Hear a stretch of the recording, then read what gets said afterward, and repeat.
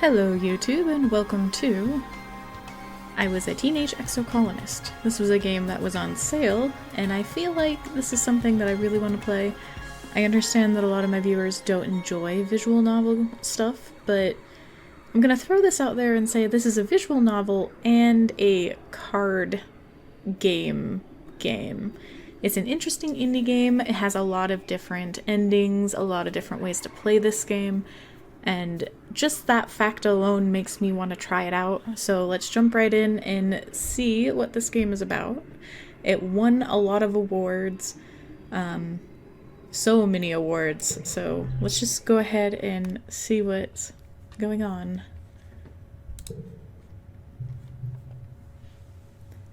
And that is another thing. This game explicitly wants its viewers to know, its players to know, that there is a lot of mature content in this. You should be able to hand it if you're 13 or older. However, there are some people in the world who are more sensitive to certain topics. So if you are that type of person, don't watch this playthrough. There will be possibly upsetting things in this game, mature things in this game.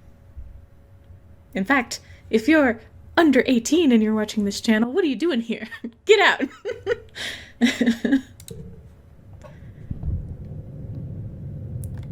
You wake up to chaos, a confusion of light and heat and smoke and fire. Fire! Okay, continue. Your head is pounding. You must have hit it and blacked out, but you weren't sure how you got here or what on Vertumna is happening.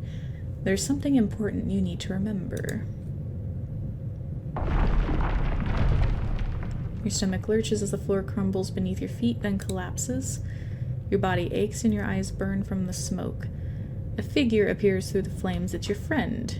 Your friend? Wait, why can't you remember her name? She's gesturing and shouting at you, but all you hear is a ringing in your ears. You try to stand up, but one of your legs folds uselessly underneath you. It won't hold your weight. Your friend pulls you out of the rubble. She throws your arm over her shoulder and half drags you towards the door. Through it, you see a deep, eerie twilight, dark blue and cold against the heat of the fire around you. Glow season. Glowing eyes. You shake your head to clear your vision. Is that some kind of dog like from Earth? Nah, I don't think so. The creature howls and lunges, its jaws open.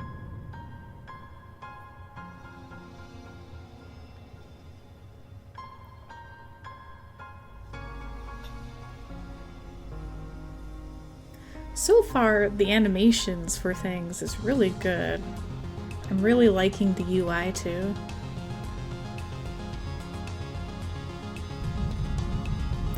Theoretically, this game is supposedly at most 5 hours. So if we can do a full playthrough, I will put it up on the channel, but if I have to cut it up into parts, I will let you know when we're stopping. And I will also probably tell you in the description or in the comments, hey, this is part 1 or part 2 or something like that. You are born on the Stratospheric, Earth's first colony ship halfway through its 20-year voyage to a wormhole at the edge of the Sol system. Your parents run the hydroponic gardens, which make fresh air and vegetables for the ship. Like the other colonists, her ears are huge. Sorry, that was random. They bravely choose to make this one-way journey to the uncharted planet Vertumna 4 in the hope they could escape Earth's troubles. They had you the old-fashioned way, merging their genes like they merged their cultures and traditions. They name you...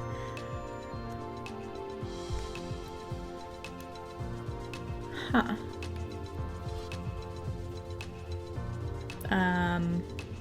I don't really care what they name me. Solana, sure, why not?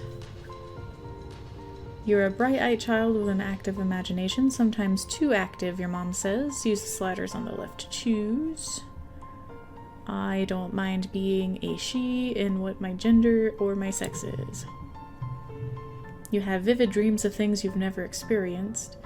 dirt under your feet, skies overhead, endless jungles and strange animals. You wonder if this is what Vertumna will be like. Alright, so we got a lot of stats here. Every child in the stratospheric is given one genetic enhancement. By age 6, you see the first signs of yours. Extra fingers? No thanks. Calm temperament for now. No stress. Nothing can faze you. You're rarely frustrated, and you don't let anxiety get the better of you. You brush insults aside, always play nice, and never have to be told that sharing is caring. You're especially nice to your friend.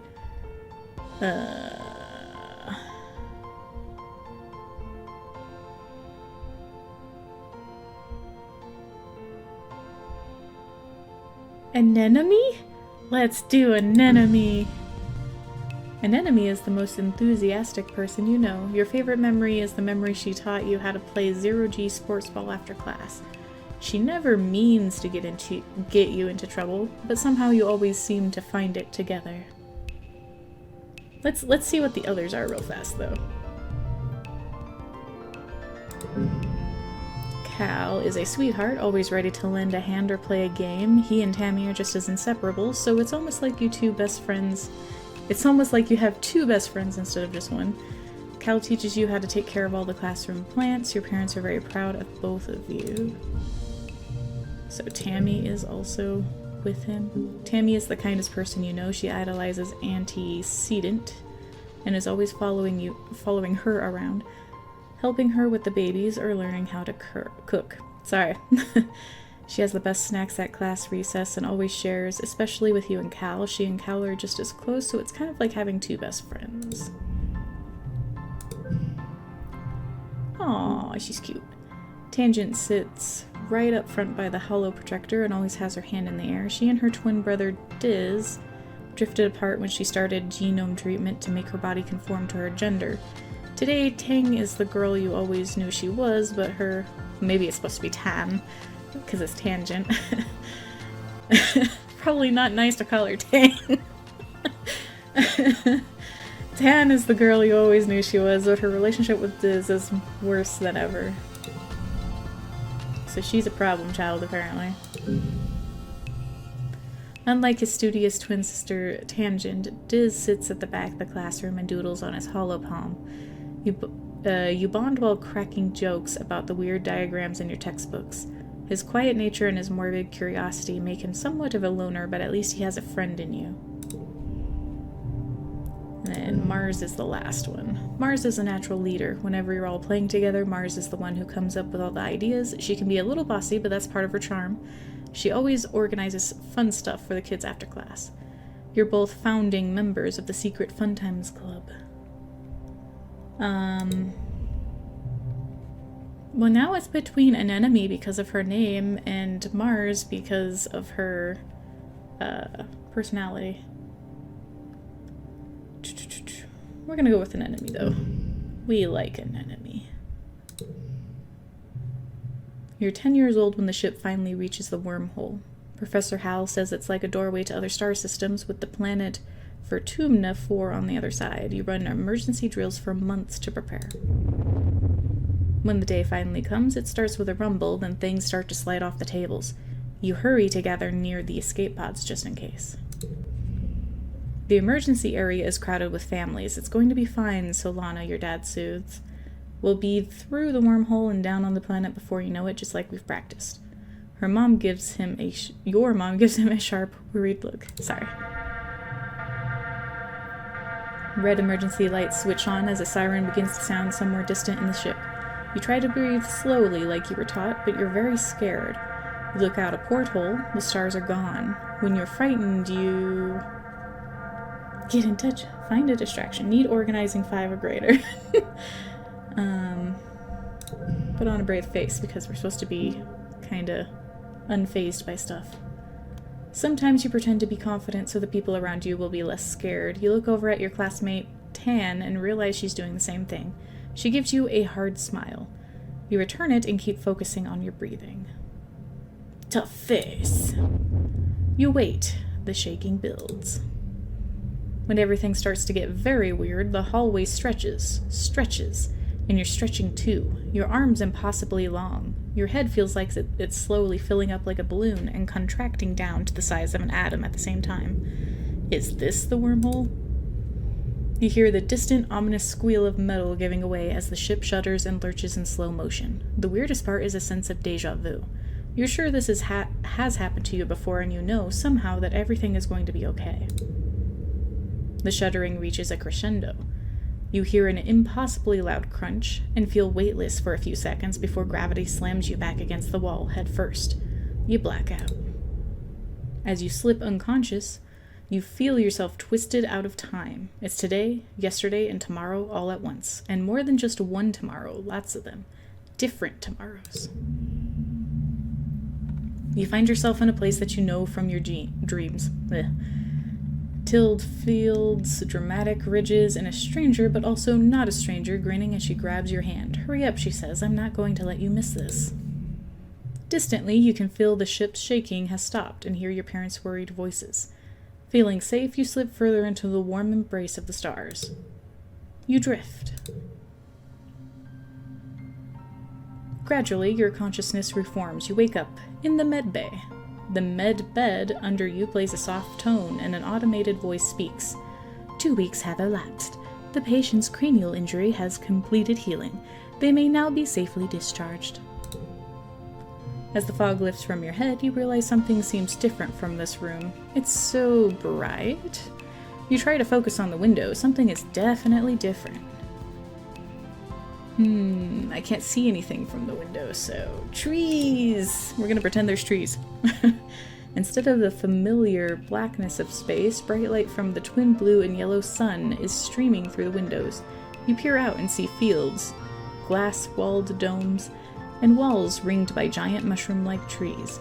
There are construction materials everywhere and people walking around outside, on the ground. You better get out there and join them. Yay! It's a new day. Hey, I can walk now. Ooh, I like it. Oh, Tammy jumps as you step out of the ship's quarters behind her. You're awake. Are you all better? You better go see your dad. She points southeast towards some geodesic homes. To walk, click on the ground. Click on characters to talk to them. Okay, sounds great. Tammy looks concerned. You slept for so long after you bumped your head, she says. I bet your parents were worried. Your dad is working over in geoponics near those domes. They're called greenhouses. I would go with you, but, well, this is as far as I've been from the ship since we landed. Tammy stammers, blushing. It's scary outside. Give me a sec. I want to look everywhere. What's this?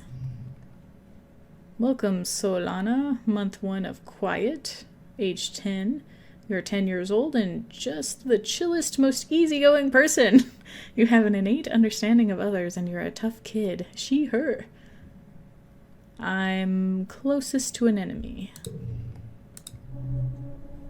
Command. Command is a warren of long hallways with doors off to tiny, nondescript offices. Everyone you pass seems to be hurrying off to do something important. The end of one hallway opens into the supply depot, which works as both requisitions office and general store. Beyond it are cavernous warehouses stacked high with supplies from Earth now being gradually unpacked and distributed. View the notice board. Colony food shortfall minus 100%. Colony security rating is being evaluated. Upcoming event, we will be hosting our first annual Virtumalia. I hate this name, by the way. Virtumalia festival during the second month of Dust. Chief Administrator Seek. Notice, take precautions outside the colony boundaries. Xenofauna have been sighted in the area. Survey teams are investigating. Chief Surveyor Tonin. Current Council and Administration. Governor Udicott. Command. Chief Administrator Seek, Command. Security Chief Rhett Garrison. Chief Engineer Instance Engineering. His name is Instance? Or her. Chief Cultivator Flulu Geoponics. Chief Steward Antecedent, I don't know, Quarters, Chief Surveyor Malaton, wow, really? Expeditions. All these names are interesting, guys. Anemone, melatonin.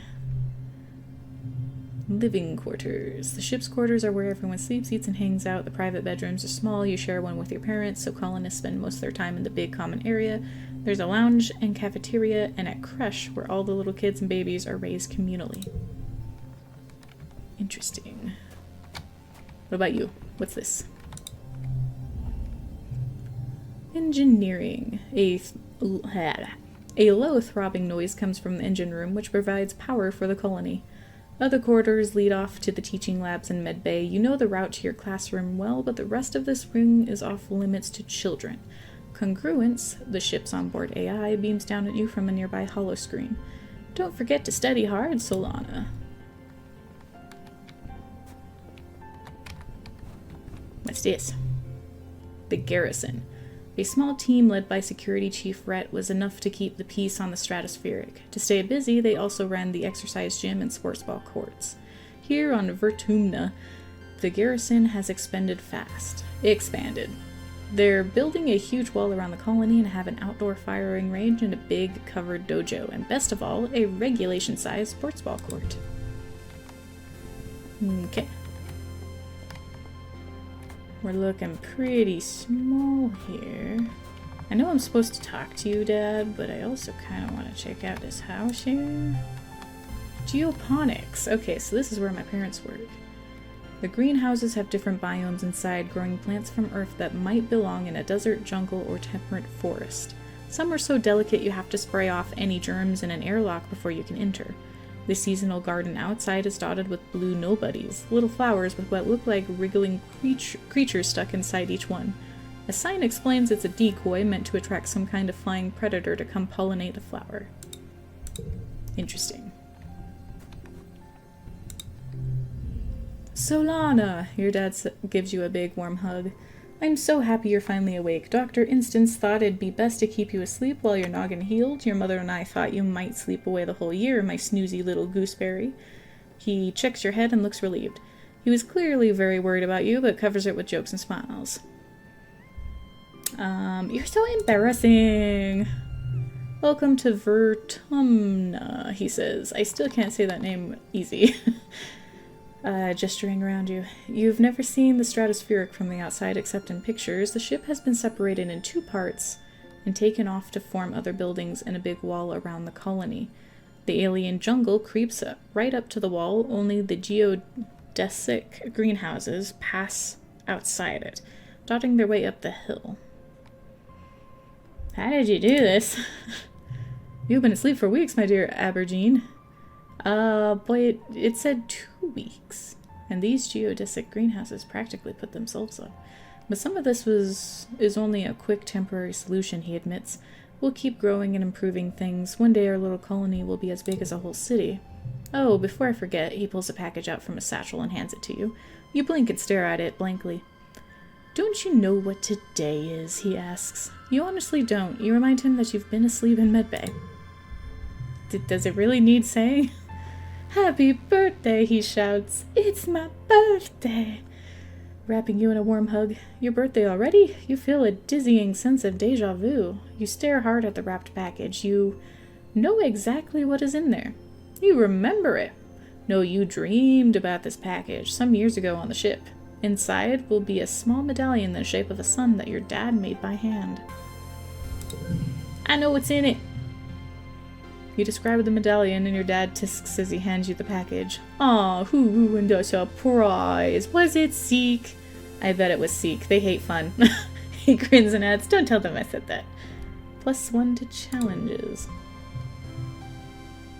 You start to explain that nobody told you, but someone shouts your dad's name.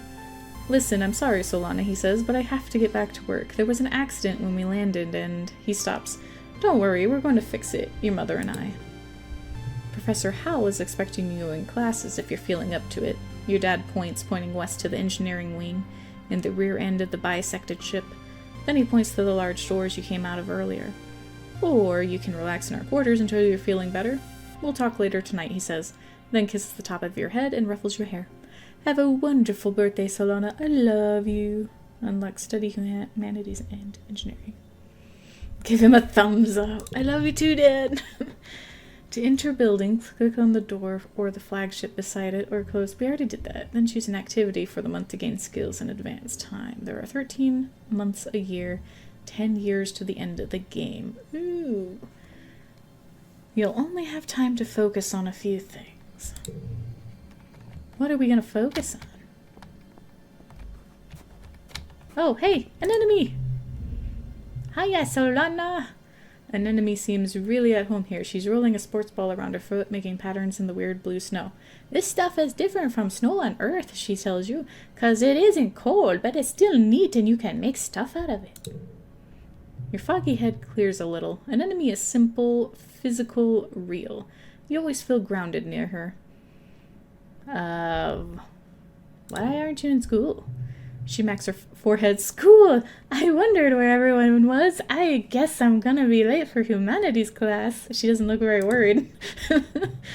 It's okay, she says. Professor Hall is chill. He won't mind. But we should probably go now. She grins and starts running towards engineering. Hey, race you! No fair. She's getting a head start. No! We're not actually racing. This is the garrison. I bet you it's this one.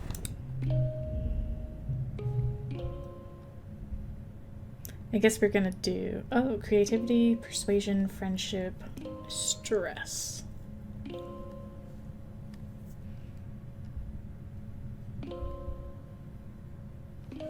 Biology, reason, friendship.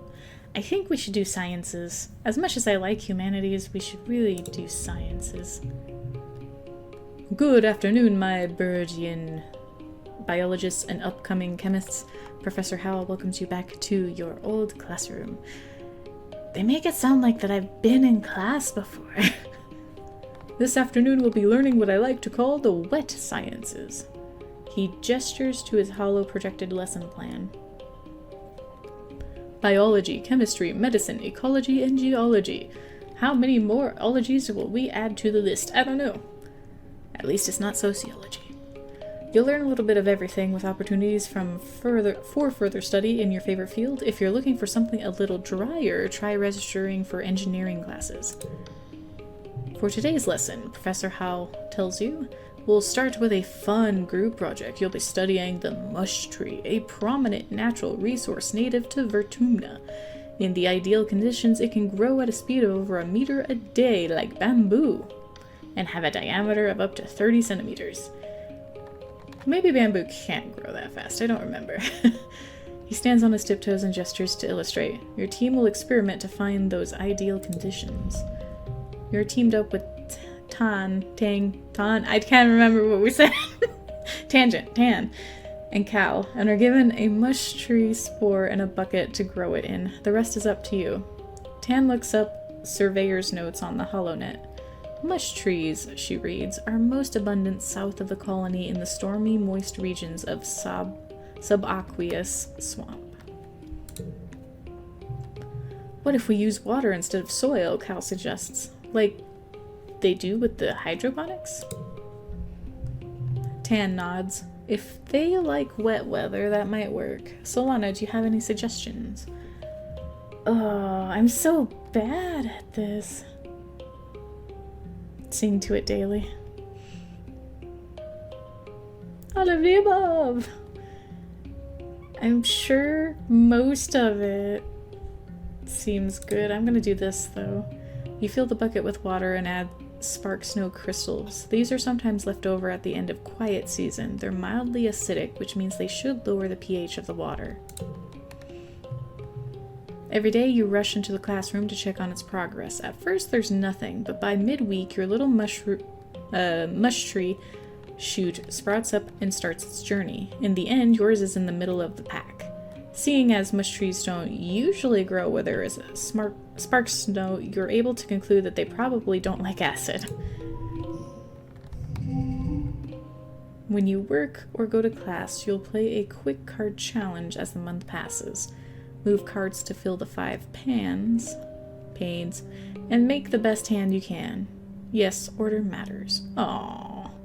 If your total in the circle on the right reaches the goal value, you win. Depending on your cards, some challenges won't be won, but you still get a reward for doing your best. Bonus or flushes, same color together. Bonus for pairs, same number together. Bonus for straights, increasing from left to right. The more cards in a flush pair or straight, the higher the bonus added to your total. Cards can also affect each other and can be rearranged to find the best total color score.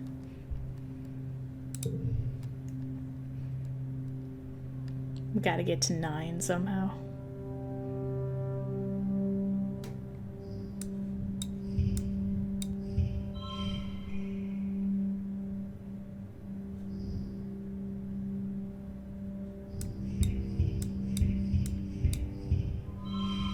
Okay.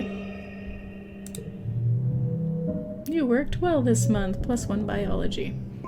Your skills increase when you work or go to school, with extra skills if you win the challenge. Nice. And a kudos bonus if you make the highest scoring hand with your cards. Working also increases stress, which prevents you from working if it reaches 100. To relieve stress, take a month off to relax in the quarters wing.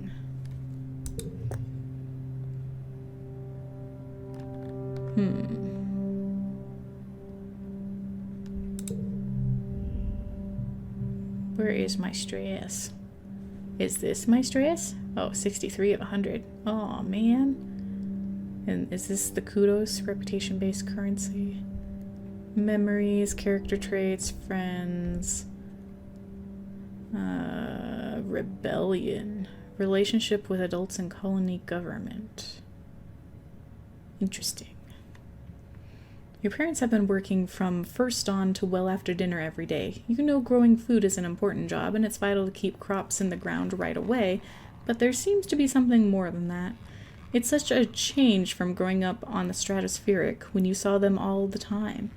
You stay up and wait for them at night before going to bed. Though you can tell they're exhausted, they make an effort to spend time with you. I'm sorry we haven't seen much of you, little gooseberry, your dad says. Your mom watches you as she works a pebble out of her gardening tiller, which also serves as a crutch. Aw. How have you been holding up? I learned some stuff in school. I'm glad to hear that. Oh, it's the mom this time. She also has a deep voice. Your mom says, I want you to study hard, work hard, and stay out of trouble. Your dad smiles, and Professor Hall will give you kudos if you get good grades. You can spend those at the depot once it's open. Apparently kudos is currency. I'm sure they said that already, but I didn't realize that it was like literal currency. You know, says your dad, raising an eyebrow at your mom, I think there are lots of different ways to learn, and school is just one of them. You can learn from working on a hobby or by helping a friend. Your mom shakes her head and sighs, though you can tell she's trying to put on a gentle expression. We both agree that this colony is an experiment, and that means we're going to do things differently than on Earth. You're old enough now to start making your own decisions about your education and future, and if that means you find your own way, we'll accept that. Your dad puts a hand on your shoulder. We'll be proud of you no matter what you do. Try talking to your friends. They may have ideas for how you can spend your time. Drugs? Alcohol? I'm just kidding. And come by geoponics. And that's mom again. Come by geoponics, your mom adds. We could use your help. Shoveling dirt. Yeah, that sounds fun, but I know that would help. Mid-quiet. I feel like we should help mom and dad. Hey, mom. You find your mom hard at work setting up the greenhouses with a small construction crew. You've seen these plans pinned to the wall of your family's quarters for years now. These geodesic domes will house the more delicate plants from Earth, spinach, tomatoes, maybe even fruit. She takes a swig from her canteen as you approach.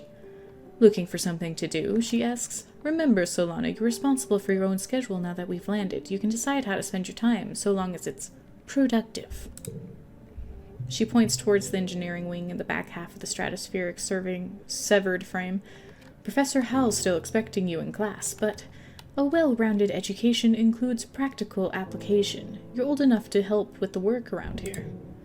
She claps her hand on your shoulder. I've got another minute. Anything you need to know? What are you doing? I think that's a good...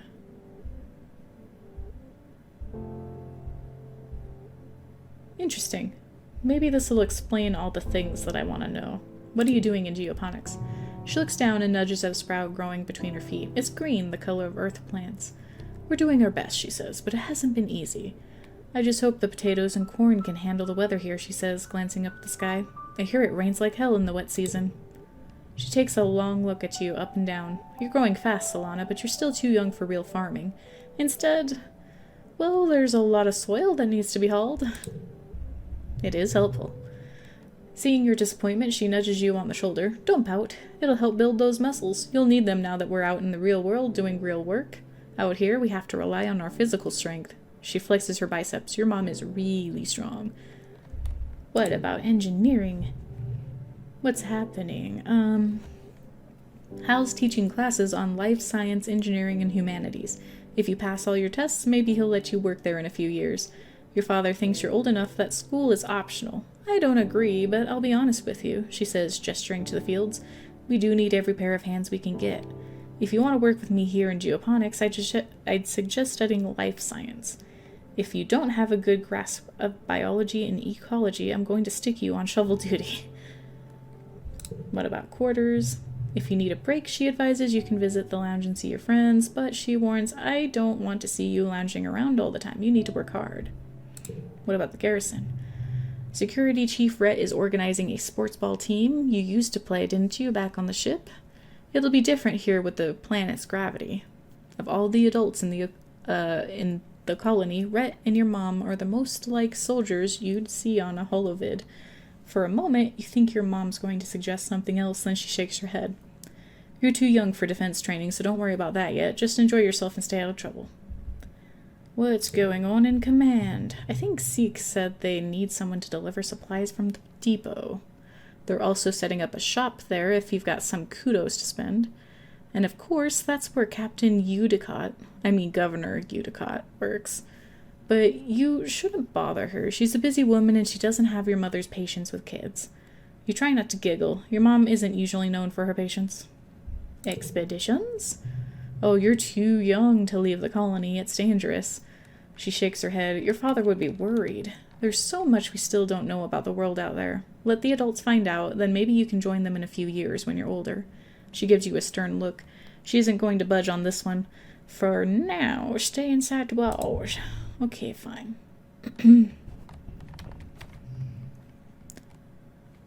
I was wanting to talk to you. Hello, my little potato, your dad exclaims, smiling warmly. What have you been up to today? He breathes deeply and looks slowly around. Fortuna is magnificent, isn't it? You nod. Seasons, he shouts, throwing his hands wide. I missed seasons. Back on Earth, it got much colder, and the snow it wasn't half as pretty as our spark snow. He sighs, stretching. You just wait until dust season. Both the suns will be high in the sky, and it'll be real hot then. You'll see. I'm not excited. I'm really not. Hey there, friendo. An enemy is bumping a sports ball with her wrists, trying to keep it in the air. Heads up, she shouts, and bumps the ball in your direction. Do a trick! You catch the ball with your wrists, bop it, and headbutt it back to an enemy. She grins, her huge gape-toothed smile. Whoa, nice move, Solana! You bounce the ball back and forth with her, trying to see how many times you can rally and keep it going. An enemy tells you about the new sports ball court. A proper regulation-sized court, way bigger than the little 0G one in the stratospheric. Your brother, Com, is coaching the junior sports ball team this year. I have a brother. He's so great, she says. He's good at everything, especially spiking. He's coaching me to play awesome like him. You should come join us. Okay, so I think I want to help out Mom. Oh, hey, somebody else is here. Hey, buddy. You see Diz sitting on the ground beside some bushes. Is he hiding from somebody? He seems to be watching the gate in the wall to the south, where grown-ups are coming and going. Kids aren't allowed past the walls, he says quietly, without looking up. They say there's nothing to be afraid of, but then why do we need walls? You stare at the gate and have a sudden rush of memory so strong that you think you might faint. You imagine something crashing through the wall. Something enormous and dark and wriggly. For years in space, you've had half-remembered nightmares of monsters, of your ship being destroyed, of sifting through the wreckage that used to be your home, trying to find something. Your dad always told you the dreams weren't real. Something tells me they're real. Breaking you from your daydream, Diz whispers, I think there are monsters out there. I believe you. No, you don't, he says. You're being sarcastic. I can tell. Nobody believes me. He turns his back and ignores you. They're huge and wriggly and dangerous. Aw. I knew I was going to lose heart. Stop making fun of me, Diz spouts. You're as bad as Mars. I'm sorry. I wasn't trying to make fun. Let's shovel some dirt. It's your first day in the glorious world of agricultural soil conveyance. Oh boy, this is so fun. Good morning, Solana. Looks like you're working for your old lady. I hope you don't expect me to go easy on you just because you're my daughter. She walks you around the geoponics wing and points out where everything is. Your job is to move sod, compost, plants, garden waste, and equipment from one place to another. Get comfortable with this, she says, pushing a squeaky old-fashioned wheelbarrow towards you. Now, any questions before you start moving that dirt? Where do I move it? From over there, she points to a dirt pile. To there, she points to an identical pile 10 meters away. She sees your confusion. We had some very precious soil from Earth on the ship, full of all the nutrients and bugs and bacteria our plants need to grow. But it was lost, she sighs, in an accident. Now we have to make more from scratch using Vertumnus soil. Vertumnin soil. This is part of the process.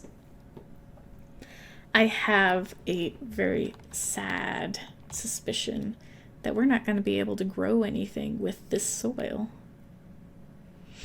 Don't we have machines?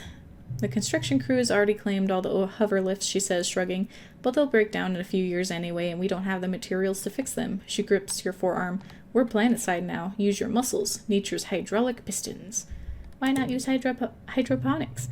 On the ship, we grew most of our plants with their roots in the water, and it's true, it was more hygienic that way, your mom replies. She brushes an insect off her arm, which lets out a little squeak of objection.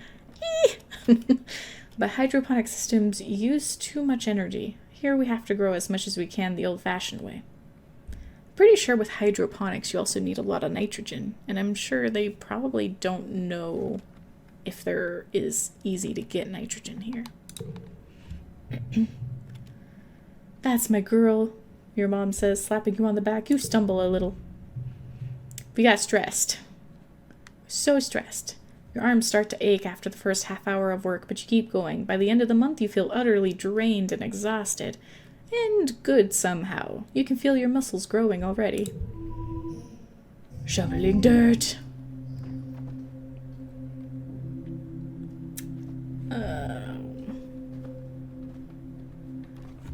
Why would we give up, though, is the question.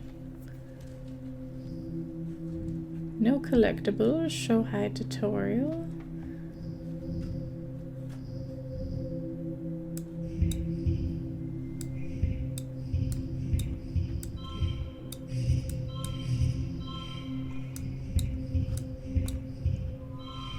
We did not do as good of a job getting a streak this time.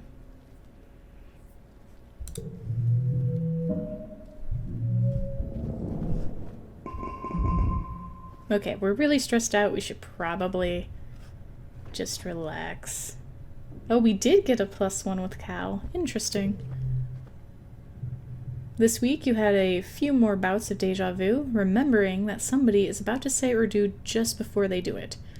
Sometimes they actually do it, but not always. This morning you were sure Professor Howell was going to trip on the uneven floor in the cafeteria and spill his plate of hash browns. He even told Mars to watch out. He didn't, though. As Professor Hal walked away, his hash brown safe for today, Mars called you a liar and a dummy. Wow, that's not okay, Mars. At night, your dreams are all mixed up with stuff that you know can't be real. You're chased by monsters the size of buildings, only to be saved by strange people you've never met. You're holding up hands with someone you love. You're crying as you help lift a shrouded body into the colony recycler. Everything seems so familiar, but when you try to recall their faces when you wake up, they're smeared in your memory like wet paint. But what if? What if those things haven't happened yet, but they will someday? I believe it.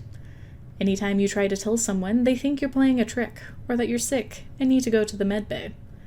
You eventually decide to stay quiet about your strange dreams. Why? You don't want people to worry. You just want to be normal. Secret powers are fun.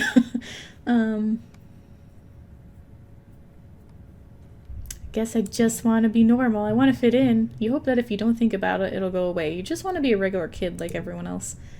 You look at the sun medallion your dad carved for you, the one you saw in a dream before you ever saw it for real. Maybe you just got a little mixed up, or you overheard someone talking about it and that's how you knew what it would look like. There has to be a rational explanation for all this. Mid-quiet is now late quiet. Dun dun dun. Talk to me. Cal is riding around the geoponics gardens on his hoverboard. The board comes to a sudden shuddering stop on the rocky ground in front of you. Cal falls off, but catches his balance before he eats dirt. Hi, Solana. Real ground is way harder to hover on than ship floors. There are bumps everywhere. We all have to adapt. Yeah, things are actually way better planet-side. Hovering outside is rad. Look at this. He runs over to a small depression in a nearby hill and presents it like it's something amazing. Look at this. It's a skateboard. Oh, what now? Like, it's all round and the sides go up. Cal gestures to the bowl, so you can do hover tricks. He jumps on his board and shows you how it's done. Ah, I want to watch.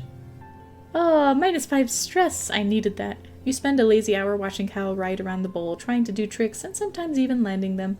Mostly he falls off, but he's right back on a moment later. The air is so fresh and nice out there, and it's weird experiencing temperature. You start to get a little chilly as the sun goes down, and the slightly cooler, more blue sun rises. Cal, of course, doesn't notice at all. You guys don't have anything to say. He's not really happy with me, but I'm still gonna talk to him. Diz is listening to his hear speak, completely ignoring you. You put yourself in his field of vision, and he scowls. What do you want? Leave me alone. Becoming a carnivore? I'm good. Okay, so I can't do anything new there. Tangent is hunched over her hollow palm, frowning and poking angrily at the air. She speaks without looking up at you. Professor Hal wants us to prep a list of narrative flora with pictures. There should be a catalog on the Colony Holonet, but I can't find it anywhere. I can help you find the catalog. Friendship and organization. You launch your own holopalm and start searching the colony's Holonet archives for a list of vertumnal plants and animals. 10 minutes later, you find it buried under survey logistics in the expeditions net. An enemy passes by and pulls a face at the two of you. Hey, hello, nerds, she shouts. School's over. Come play sports ball in the sunshine. Tan just rolled her eyes. I'm so sorry, Tan. I'm so sorry. I can't get her name right. You see Tammy sitting quietly near the entrance to the lounge. You've known her for, well, your whole life. Entire life.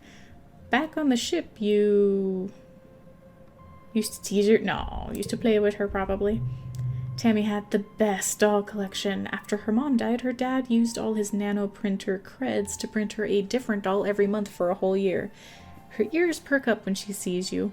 Oh, hello, Solana, she says. Her voice is soft and dreamy, like a beam of starlight. Do you want to play dolls? Sure, why not? You don't think Tammy will ever be too old to play with dolls. If anything, she has even more of them now. She takes you to her quarters and brings out the entire Spacey Stacy doll collection, a disturbingly realistic baby with a real bowel movement. No thanks. And 2 super fancy posable dolls named Lily and Tilly who can be programmed to move on their own. That is also creepy. Tammy isn't very good at the programming, so Lily and Tilly just roll around awkwardly when you turn them on. You cover quickly by saying they must be breakdancing at the club. The 2 of you spend the afternoon making up stories of their rise to stardom as professional dancers. Our imaginations are awesome. Mars! A sharp whistle interrupts your thoughts. Hey, Solana! Mars calls out to you. Come here, I have a job for you. You walk over to Mars, who's sheltering from the snow under the ship's overhang. It's so gross here, she complains. This spark snow could ruin my good clothes. At least on the ship we could climate control. Tammy made me some soy sweets, but there's no way I'm going out there in all this weather. Weather, huh? She continues. Since you like running around in it, could you fetch them for me? Get them yourself, Mars. Mars huffs and rolls her eyes. I don't even know why I asked. If you ever want to actually be useful, go talk to Administrator Seek, she says, gesturing to the door to command behind her. They're looking for people to work delivery, and I'm just like, no, I'm way too busy. Too busy fetching my own soy sweets. I like you, Marge, but we could tell you got attitude.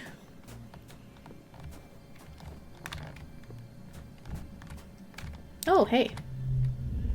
Expeditions. You step cautiously through the colony gates. Hey there, kiddo. Uncle Tonin blocks your way with a smile. I'm afraid expeditions is off limits for now. It's not safe out there for kids. You'd better toughen up so you can join the squads when you're older. I want to do it. I want to do it. View the map. An info window pops up on your holopalm when you get closer. What do you want to know about? Ooh, I want to go to all the places. The Prosaic Plains. The Prosaic Plains lie far to the north of the colony, where the higher elevation and natural tilt of the planet makes bromidic snow fall more regularly in every season. Though prone to sudden storm flurries, the plains are a relatively safe place to explore, filled with mostly herbivorous, I don't know, xenofauna. The Valley of Vertigo. The Valley of Vertigo is a low-lying trench to the east that's dense with pollen-producing trees. There's a wide variety of edible food here, both plant and animal product, leading to some of the explorers calling this place the breadbasket of Vertumna. There are a number of animals here that geoponics would be interested in domesticating.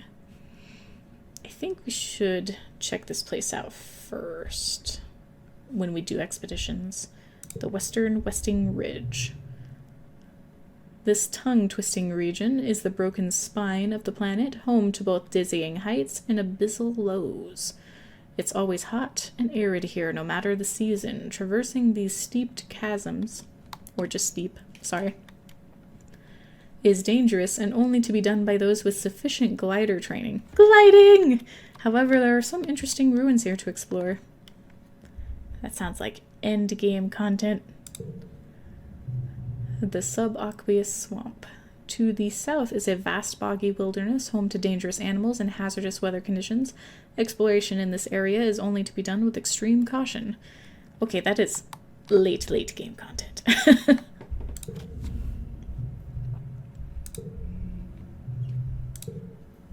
A float cow. Xenoelvis Brovidae.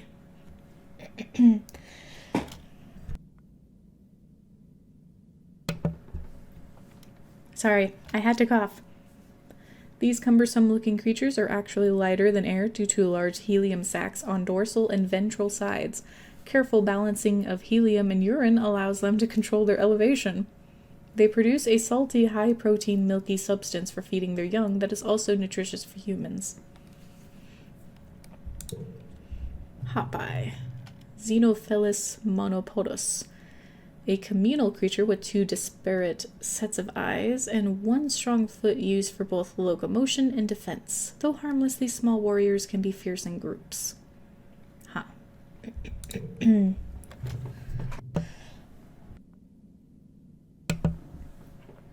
Another cough. Manticore, Xenophilus tyrannus. Highly intelligent and predatory, their plumage changes according to the season. Their body is composed mostly entirely of dangerous weapons. Do not approach. They have weapons?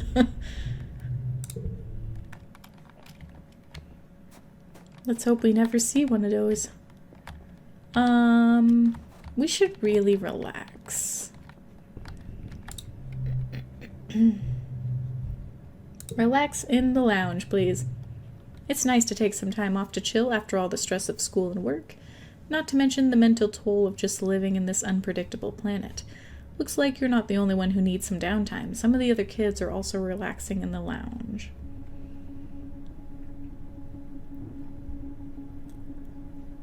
I don't need brain power. Nah, I'm good. Approach Mars and Diz. Okay, but you do stink, you hear Mars defend herself. It's not my fault that you can't tell. Maybe your nose stopped working, but the rest of us can smell it. And she waves her hands in front of her nose and makes a pew gesture and then turns to you. He smells awful, right, Solana? Being a bully? No! This whole planet smells awful. Stop being mean, Mars. I hate to be not good friends with Mars, but she really is being mean.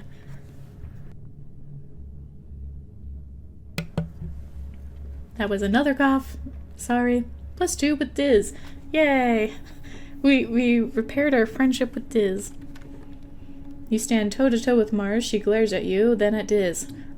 Fine, she says, defeated. I'm sorry, Diz. I'm just trying to help, but I should have said it in a nicer way. Not everyone in life is going to tell you the truth, you know. Do you want to forget? I don't want to forget. Can't I keep these? Close and keep cards. Keep your memories? Yeah, why not?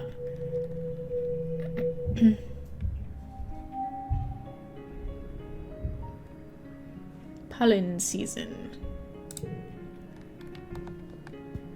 Not sure how to feel about this now. It's pink. Pretty in pink.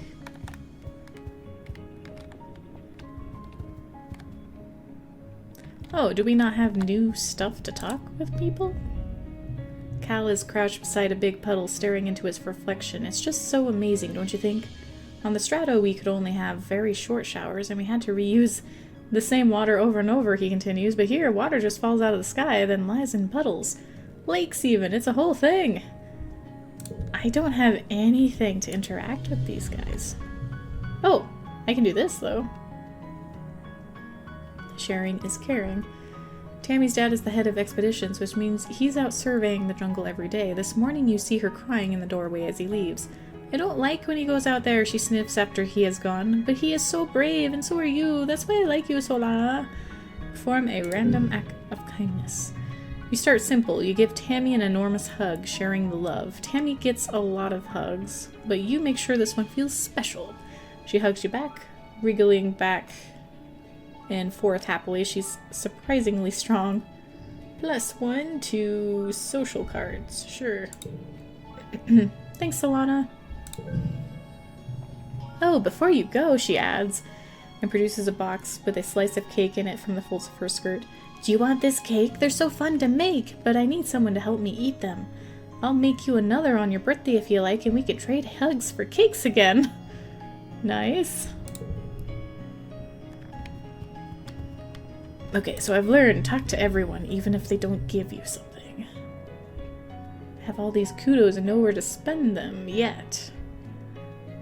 Seek says the depot won't be open till next year. How am I supposed to show off how much better and harder working I am than anyone else? There's an egg! You find a hefty red xeno egg.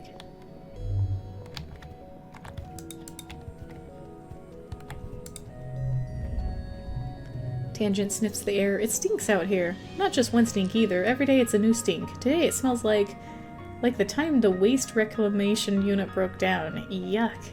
We haven't noticed the smell. She sure is sensitive. Or maybe she just likes the stale air inside the ship.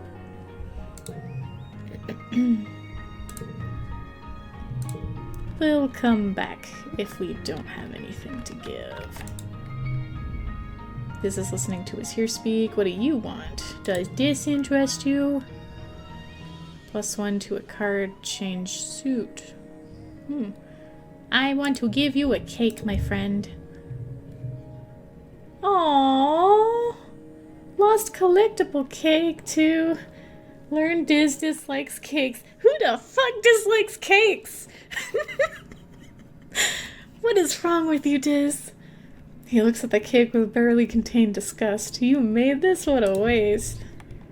I can't believe I wasted a cake on you. I should have gave it to an enemy. An enemy is running around the sports ball court, touching her hand to the ground at each corner. 18, she counts. 19. When she reaches 20, she collapses into the grass and checks her hollow palm. I'm training, she exclaims. My big bro Com says I have to get my legs acclimatized to the planet if I'm gonna be team captain like him. Okay.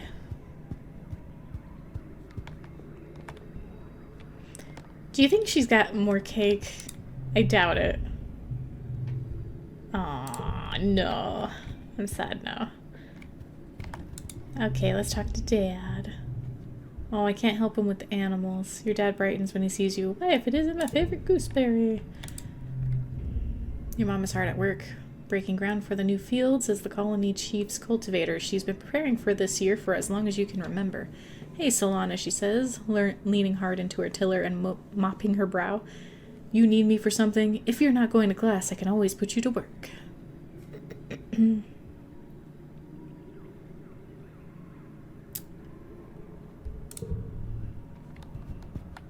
Okay. I think we're going to divide our time between engineering. Yeah, life sciences. And hydroponics. You tried to recreate a native Vartumnan ecosystem in a classroom terrarium. Or could it be a Vertumnarium? Whatever. You're successful. You're not successful. Oh my gosh. Looking for more difficulty? This harder card challenges option will keep you on your toes. Harder card challenges off. Want to focus on the story? This will replace the future minigames with a quick coin flip based on your age and skills. You can change either option anytime from the settings menu. I like it the way it is. I don't need it harder and I don't want it easy.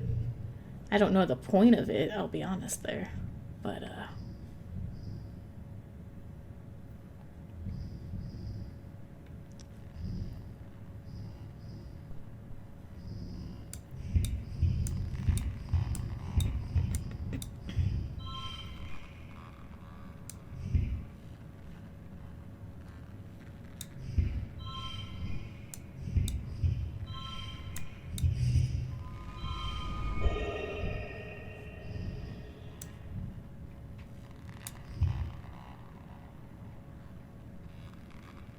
oh, this is to a social yellow card to the right. Okay, it's fine.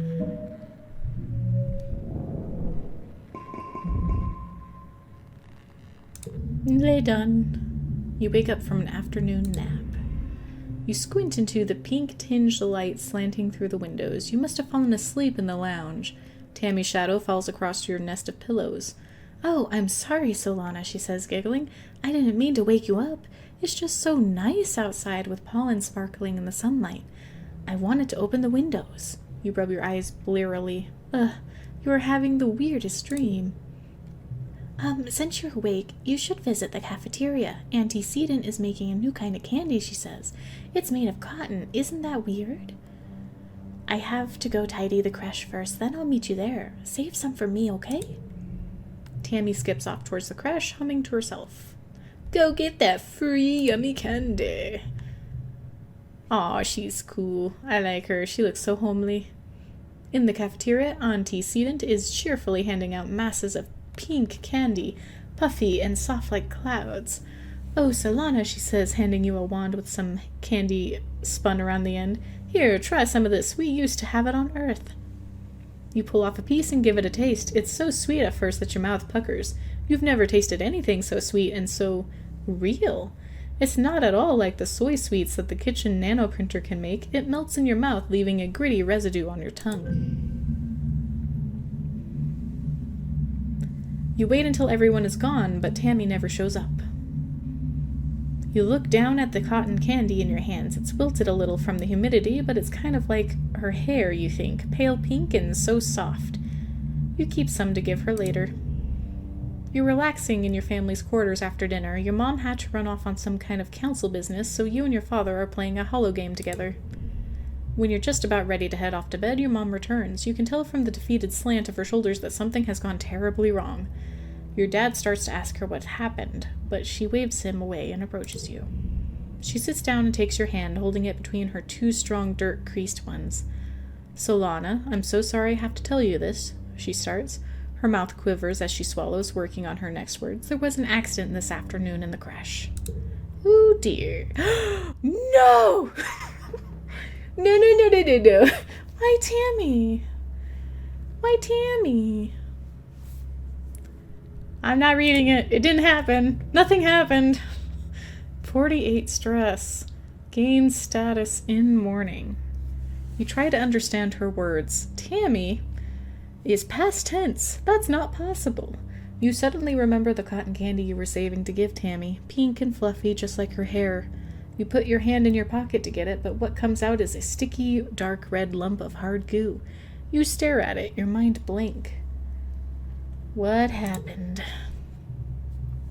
Your mom tells you, as simply as possible, that Tammy was killed by an electrical shock from a broken holo projector. It was just an accident. Why is Tammy gone? I'm so confused. You press her for an explanation. A little girl is dead. Someone you'd grown up with. Someone so much like you. She wasn't sick or anything. You just saw her this morning. She was right there. Why? Your mom's eyes are sad when she tells you sometimes there's just no reason why. You aren't used to dealing with death, and you don't know what you're supposed to say or do. You sort of mumble okay, then get changed and crawl into bed a full hour before your bedtime. You try to fall asleep, but you toss and turn for hours. You eventually drift off to fitful dreams of that small, sticky red lump of cotton candy. Man, if I'd known that telling the game that Tammy, an enemy... Wait, no, Tammy. Oh, thank God it's not an enemy. I thought it was an enemy. Tammy is... Oh! Tammy's the cute little girl with the pink hair. That's still upsetting. I legitimately thought that the game had killed our best friend, the one that we selected in the beginning. But, still upsetting that we lost a kiddo. I didn't even read what season we're in. I bet you it's mid-pollen season. Tan is pacing around in front of engineering. She looks upset. It shouldn't have happened, she says. Tammy's... What? What happened to Tammy? It shouldn't have been possible. There was no reason for that holo projector to break. Professor Hal said it was recently serviced and nothing was wrong with it before it just... She gestures angrily. Just blew up for no reason. Nobody could have wanted to hurt her, so why? How? It doesn't add up. Sorry, Solana. I want to think about this some more. I hate when I can't find the answer. I can't believe Tammy's dead, though. Mars! Talk to me. Tammy gave me candy. Mars is staring into space, looking somber. She doesn't even notice you come up beside her and barely reacts when you say hello. I'm thinking about Tammy, she says quietly. She used to sit down on the hill there in that spot in the sun. Every morning she'd just sit there for hours in the sun doing nothing, just being happy. You stare down the hill to the spot near the entrance to the quarters. You can imagine her there, working on some little craft project, humming to herself. She was so nice. And now she's dead, Mars says, making a face. How is that for fair? Of all the people, how come it had to be my friend? You don't have an answer. You've never heard Mars call Tammy her friend before, but of course she was. Tammy was everyone's scared little sister, even though she was older than most of you. Mars clicks her tongue. Oh yeah, Administrator Skeek is looking for you. I guess they need someone to do delivery jobs. She waves vaguely at the door behind her, distracted by her thoughts. I guess I have a job today, even though I want to help my mom. Cal is sitting on your mom's flower garden with his face in his hands. Aw, poor Cal. He's clearly been crying all morning and probably all yesterday too. He and Tammy were really close. Whenever you guys used to play house in the creche, Tammy was always the mommy, and Cal was the daddy. Even though you were just little kids, you kind of always giggled about how obviously they were going to be together forever, like a princess and a knight. Are you okay, sir? Yeah, he sniffs, looking up at you. You can see how puffy his red eyes are. I mean, no, not really. That's just what people want me to say, right? Tammy always liked these flowers, he mumbles. Sometimes I pick some for her. He runs his hands over the pretty white flowers. Don't tell your mom, okay? Tears well up and slowly leak out of his eyes. He doesn't even blink, just stares at the flowers as the tears run down his cheeks. You decide to give him some space. Man, I should have kept that cake. An enemy! Talk to me. An enemy is chucking rocks at the strato, sending metallic clangs ringing through the colony. Stupid planet, she yells. Stupid crash, stupid spaceship. She bends down to pick up another rock, but instead just sobs and braces her hands on her knees. Stupid everything. Why'd she have to die? It's not fair. Kids aren't supposed to die. Can you believe Tammy died? Dis asks morbidly. I heard Chief Engineer Instance tell someone about it. He lowers his voice. Tammy got shocked by a broken holoprojector, the one in the creche with the dancing teddy bear, you remember? When she touched it, she got chucked all the way across the room. He makes a sailing motion with his hand, and bam! She was dead before she even landed. I didn't want to know that. Oh, sorry, Diz replies, tugging at the sleeves of his oversized jacket. I'll shut up now, sorry. Ugh, Diz is weird. He's just really unsocial for some reason. He doesn't get it. Oh, no.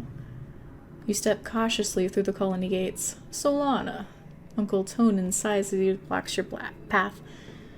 He looks like he hasn't been sleeping. I'm sorry, but you shouldn't be out here. Our children are so young and so precious, so fragile. Please stay near the ship. I have a feeling we're gonna lose Tonin. Some way, somehow. For some reason, these guys want me. Command is a warrant of long hallways. Blah, blah, blah. Apply to deliver. Need toughness 10 or greater, or organization 10 or greater. Chief Administrator Seek greets you at the depot. They look you up and down. Solana, you've never struck me as particularly responsible or organized, but children never are. What makes you think you're a good fit for the position of courier? You didn't realize there was going to be a job interview. I can carry a lot. Strong for your age, maybe. But lucky for you, you're the only applicant this week. You've got the job. For now, anyway. They use their elegant stylus to note this on their holopalm. Come back in a few minutes and you can help make deliveries. Yes, there will be kudos in it for you if you do it correctly. I have a feeling we don't like Seek. In mourning. You're mourning the loss of a loved one. All skill increases reduced by 1 for 3 months, and some jobs and actions can't be performed. I don't like that. That makes me sad. I have a job to do. What was I supposed to do? What was I trying to do? Deliver supplies. Whoops. Oh, I need to get to 11. Great.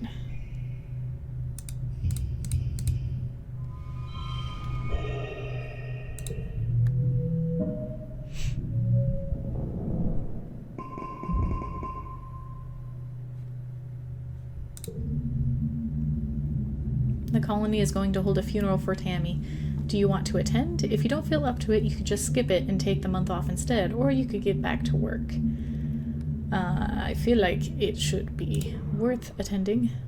The colonists gather in the recycling room, bringing organics down to be recycled here as one of your chores, but you've only come here for a funeral twice. Both times a colonist had passed away from natural causes during the 20-year-long journey from Earth. This is the first time there's been a funeral on Vertumna, and the first time for someone you actually knew. The mouth of the organics recycler has been polished, and a wreath of yellow flowers placed over the opening. Inside you can see a shrouded figure, Tammy's small, fragile body. Tammy's dad, Uncle Tonin, is here, as well as your parents and antecedent, and the rest of the council. Cal is here with his mom and her parents, already crying in their arms. The room is packed with people, and the feeling of grief is so thick you can taste it in your mouth. Governor Udicott stands before the assembled crowd. There are no words to ease the pain we feel today, she begins solemnly. There is only the sad company of those of us left behind to share the burden of that grief. Tammy was our child, one of the first humans to be born in space, and the first to die on an alien planet. In her short life, she exemplified the very arc of human accomplishment, blending hopefully towards life beyond our humble Earth. She is the first of us who can truly call Vertumna home. Her passing was as senseless as it was sudden. Losses like this are impossible to hold within oneself, a painful reminder that life is impossibly precious and fragile, but they also remind us, as always, that as a community we are capable of great strength. Udicott closes the door to the recycler. You hear Uncle Tonin sob over the hum of the particle disintegrators beginning their work. Now that is sad. As a community, we remember Tammy. As a community, we return her body to the soil that nourishes us. In this way, Tammy, our child from the stars, will never truly be lost to us. The ceremony is adjourned, but a few people stay back to console Uncle Tonin as he keeps vigil over the recycler. Cal and Uncle Tonin hold each other and weep openly. Your mom stays behind to receive Tammy's remains. As the head of geoponics, she'll be responsible for adding them to the colony's precious supply of brown soil from Earth. Your dad accompanies you out of the recycling room. He clears his throat. I want you to know that you don't need to be okay, he says, clasping his warm hand on your shoulder. If you want to take the rest of the month off, everyone's going to understand. Technically, I should.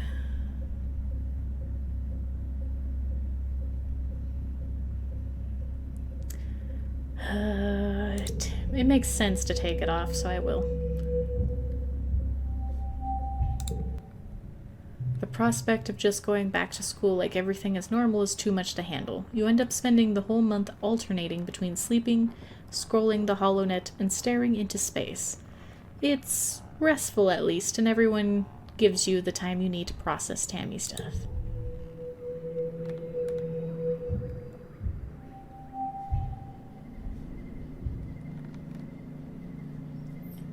Dust season. I have all these kudos and nowhere to spend them on yet. Nothing new from you.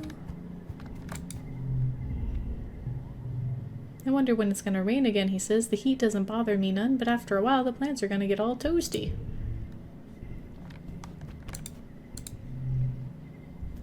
Dust is such a dry, hot season. Both suns are high in the sky, baking the usually lush Vertumnan, I can't do it, jungle. If there's a breeze, it's warm, and you guessed it, dusty. Your parents are up every day before dawn, which comes far too early for your liking. They're usually gone by the time you wake up, and home after you're asleep, so you have to visit them at work if you want to see them. Good morning, Gooseberry. Have you come here to see the harvest? Your mom and I are gathering crops for actual Vertumnan dirt this week. That sounds neat. He shows you around the rows of corn and beans from Earth. They all look a little yellow and scraggly, not what you'd expected, but your dad enthusiastically points out the vegetables ready to harvest. Don't forget, he tells you, the Vertumnalia festival is coming up. There will be a talent show and a science fair, and I'm sure you're eager to participate, Solana. Diz is listening to his here speak. What do you want? And nothing. Anything that she'll tell me? Probably not. How are you doing? Nope, he's still sad.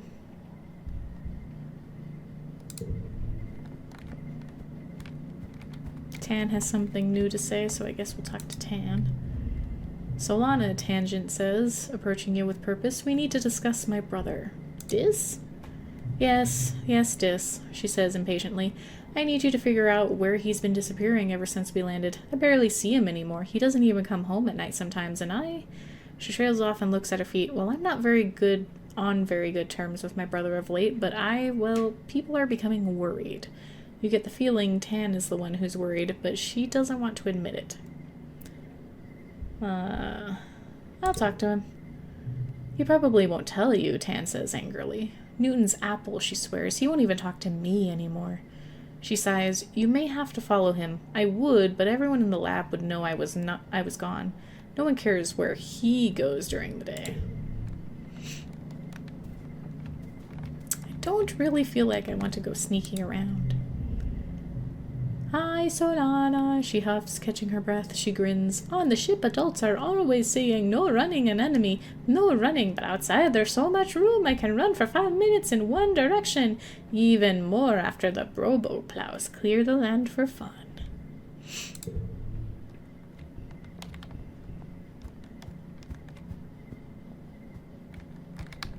Oh, I can talk to him now. You tell Diz that his sister Tan wants to know where he's been disappearing to. His eyes flit briefly to yours, then he stares vaguely off towards the engineering wing, where his sister is reading on her holopomp between classes. He doesn't say anything. Need friendship with Diz. She doesn't care about me, he says sullenly. Tangent's just worried she'll get in trouble if I don't come home one day. He scowls and picks at the hem of his sweater. She doesn't care about anything but her schoolwork. Pretty sure this is the only way that we can get him to talk. Tell me or else! Diz looks down at a patch of bauble buds sprouting from a crack in the wall. He squirms. I don't have to tell you, he says quietly. Just leave me alone.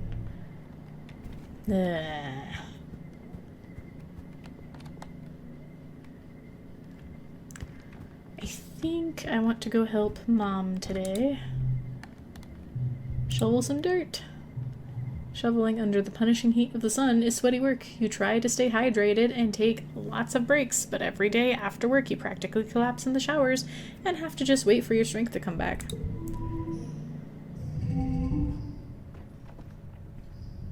I don't think I have enough cards for this.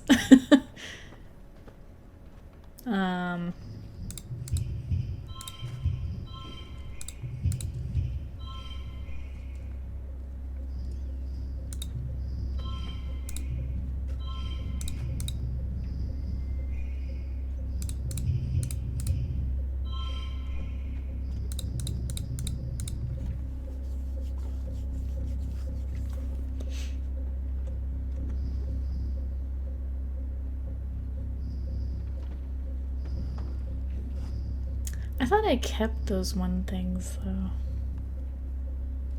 Oh well.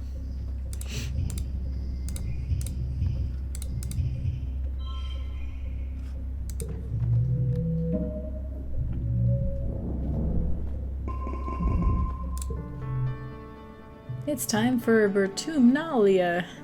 Utica and the council have called a festival to celebrate life here on the planet Vertumna. Everyone gathers in the colony square to hear Governor Udicot's speech. In Earth's history, Udicott begins and then clears her throat and waits for everyone to quiet down. Ahem. In Earth's history, Vertumna was known as the god of seasons. Change, gardens, and fruit. It's no coincidence that our forebears of the Vertumna project chose to take on such an auspicious name. In the hopes of seeding future bountiful seasons of humanity, we will continue this tradition of Vertumnalia, a midsummer festival to celebrate our Vertumna, this lush planet upon which we find ourselves today. Be nice.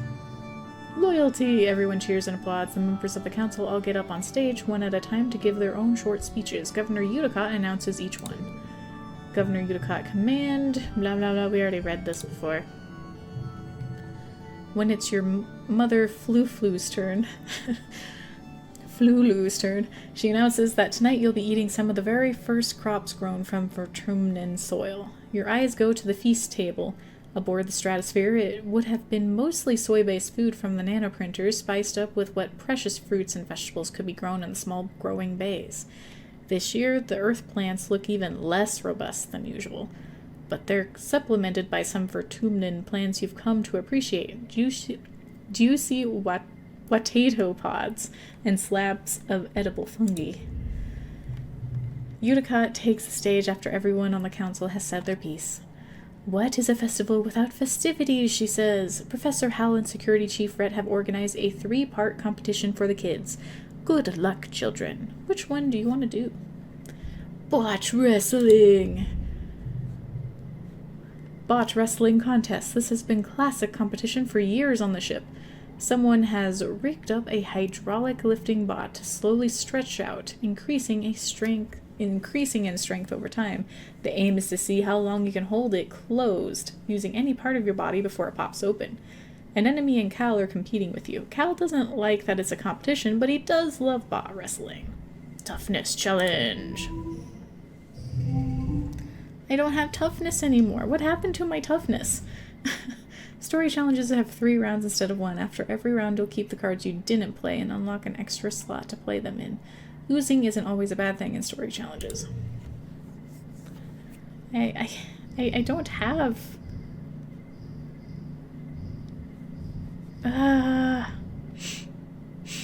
I'm sad now.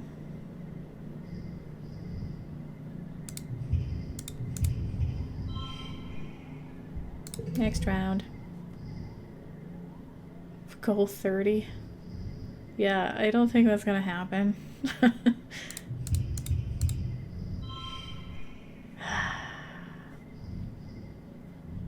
Equals 1 plus 1 for 2 of a kind. What if I got rid of that and I did this? That's 5. Damn it! That's 8.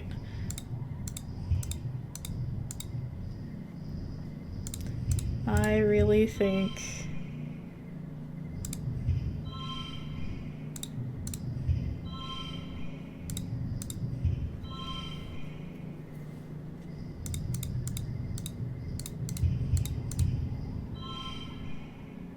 Seven, huh? I'm sad now.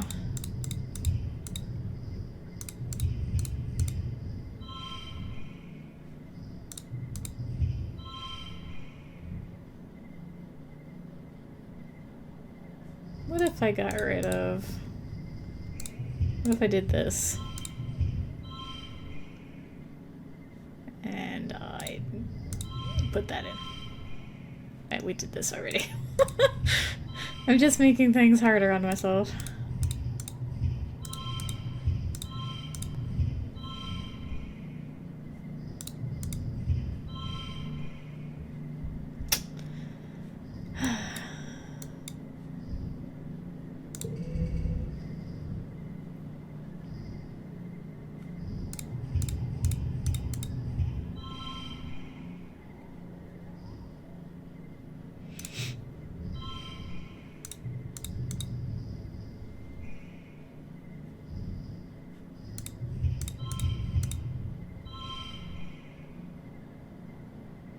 I hate it.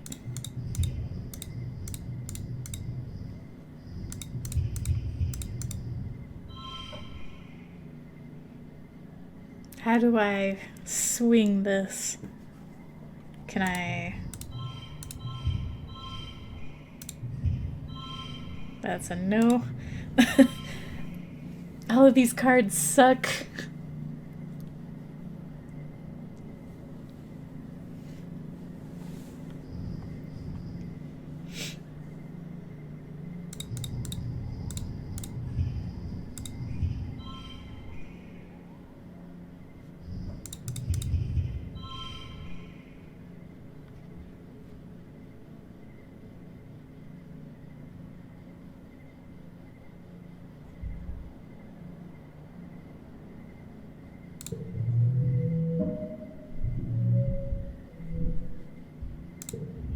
I am so stressed out.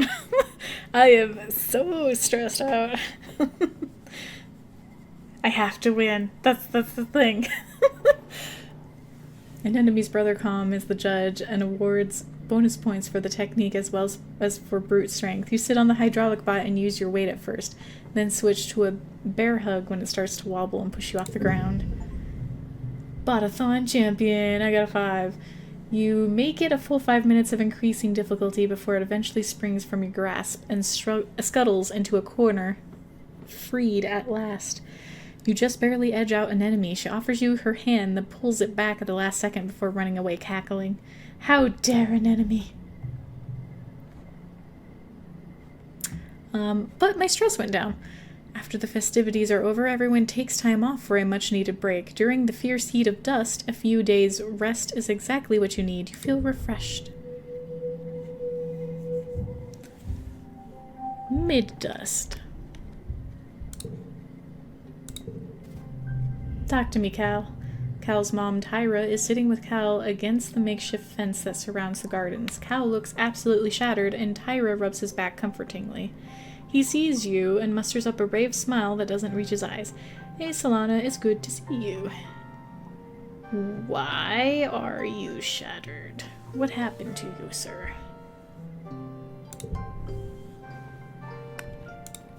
Probably still in mourning, right? Popular. You're a winner and everyone wants to be your friend. Oh, neat.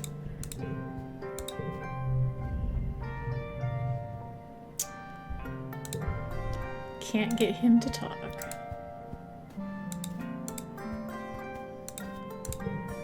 An enemy! So then I trapped it in my room, an enemy says, telling you all about the bug she saw in her quarters. Its wings were as big as my head, and it had feelers like, wow! It was bouncing all over the place, like going boing, boing, boing, boing, boing, boing. She gestures excitedly, swinging her arms overhead. The bugs here are so big and they're everywhere! I was gonna give it to Tan. She says she loves gross bug stuff, but she said I should just let it go because if it stung me, I might get weird mutant powers. I mean, other than the one I already have.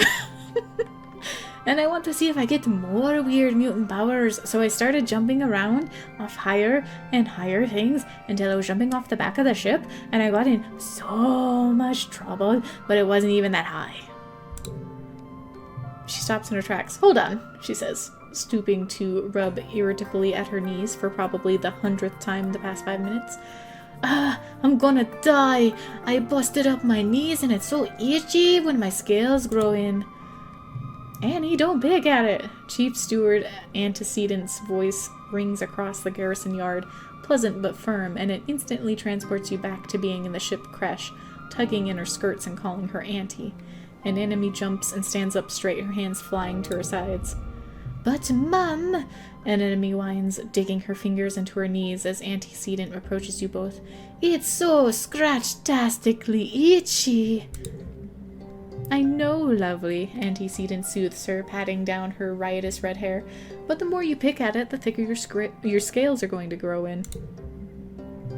An enemy tucks her hands under her armpits to keep from scratching. What if I want to have good skills? Sorry, I can't speak.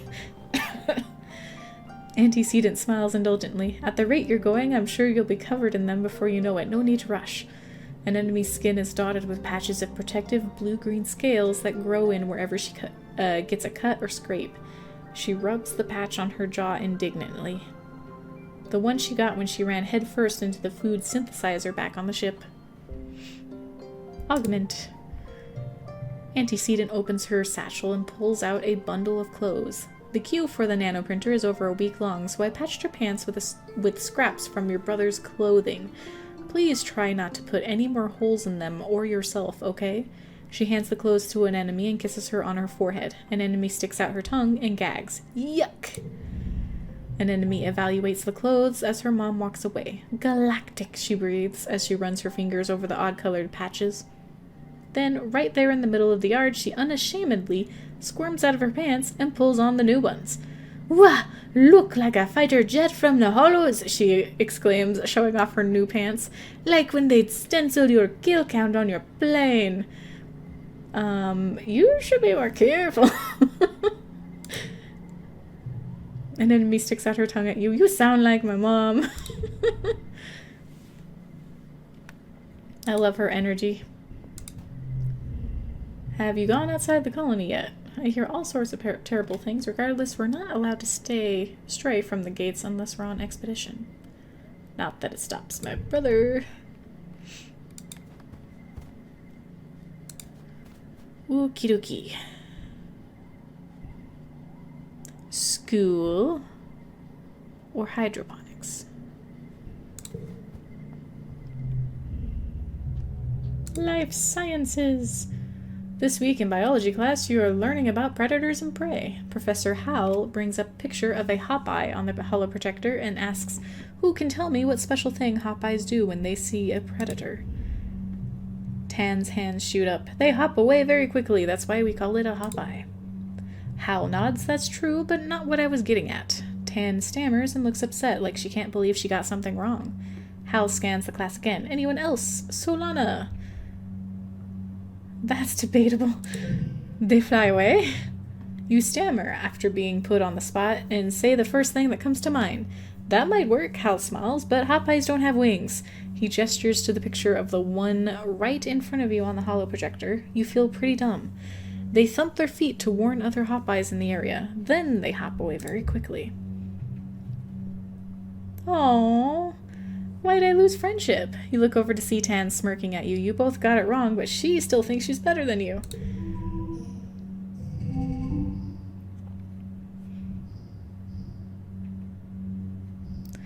I would like to keep an enemy's loyalty, please.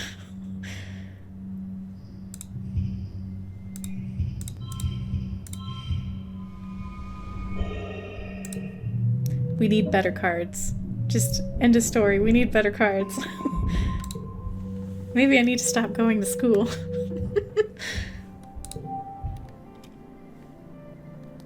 I didn't see. What month are we in?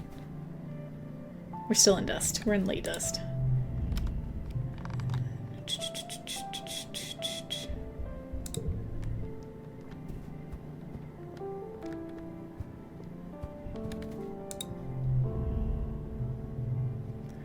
Oh, hi, Solana. Marzipan looks bored. My dad's made me come out to get some fresh air. Don't know what's so fresh about it. It's always full of acid snow or pollen or water, and I don't know which is worse. You're a ray of sunshine. Cal's mom, Tyra. Oh, he's still doing a thing. Oh, you found me. Diz is adjusting better than you'd expect to life on the surface. He's already found new places to hide and do whatever he does out there by himself. Should I give up this egg? That's my question. An enemy is running around the sports ball court, touching her hand to the ground. We've done this before. Want to train together? On your way to the sports ball pitch, an enemy shares a story about the time her brother Com once spiked the ball so hard that he broke Utopia's nose back when she used to play sports ball too. She describes it in gory detail. -2 to neighboring cards. Oh, telling a violent tale. I don't know if that's a good one to have. But don't go easy on me, she exclaims. That's why we have medbeds, right? Plus, I might get a cool scar. She thumbs a blue-scaled scar on her jaw, right under her ear. Dun dun dun dun dun dun. Well then, can we get tougher now? Shovel some dirt.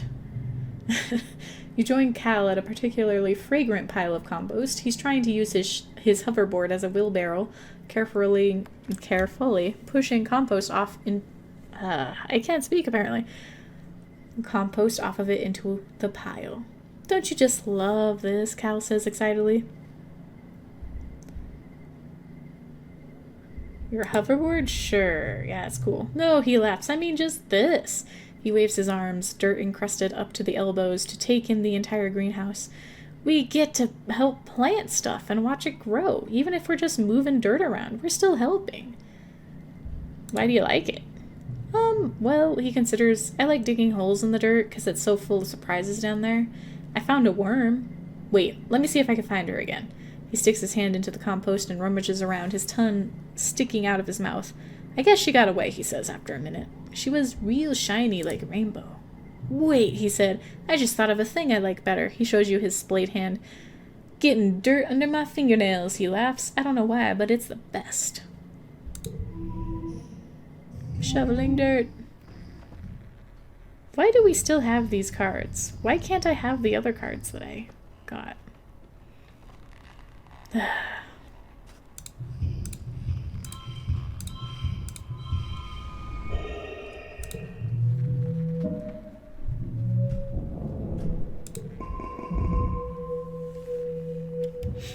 Late dust is now early wet. Everything is wet now. Nothing new. Poring over some reports on his hollow palm. Oh, hey little seedling, he says, distracted. Did you know that Watato plants are related to sniff blossom? I never would have thought. He puts down his work and smiles. What do you need? I would love to help him with animals. Can we talk? Cal's mom, Tyra, is sitting with Cal against the makeshift fence. Man, this is the same thing over and over again. It's pouring rain and everyone's trying to stay dry under the grass-roofed palapas. Everyone except Diz, off in the distance over at the wall near the sports ball field. He's definitely skulking. I'm not strong enough to follow him? Oh, perception. Okay.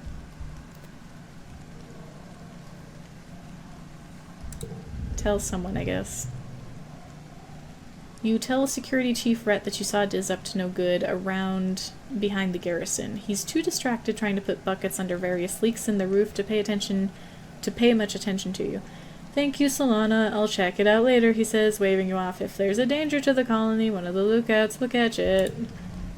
You're not so sure. You know Diz. He's very good at hiding when he doesn't want to be found. I mean, normally wouldn't tell on anyone. I just wanted, you know, extra points. An enemy runs up to you. Hi, Solana, she huffs. On the ship, adults were always saying, no running, no running. Same thing as usual. Anything about you? Tan looks up at the sky and shades her eyes. It's too bright, she complains, and it's too hot, and the nights are so cold. Living in the stratospheric meant we never had to experience discomfort. Remind me, why aren't we putting our resources into repairing the ship?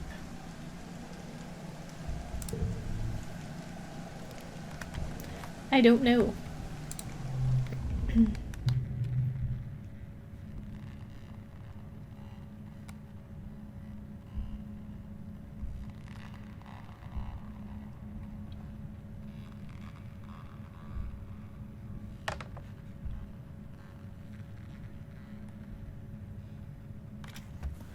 What do I want to do?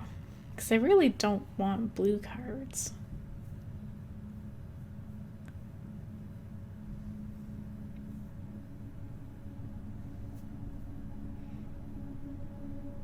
My empathy is the best thing I've got right now.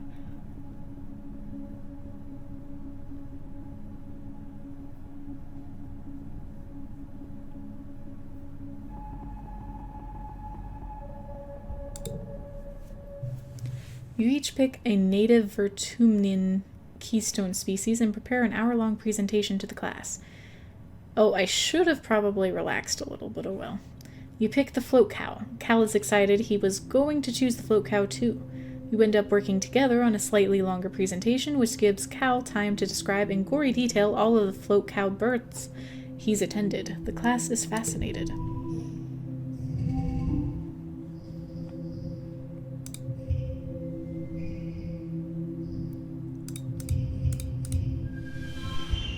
Oh my gosh. Super goal. +1 to biology. Bonus for hidden higher goal.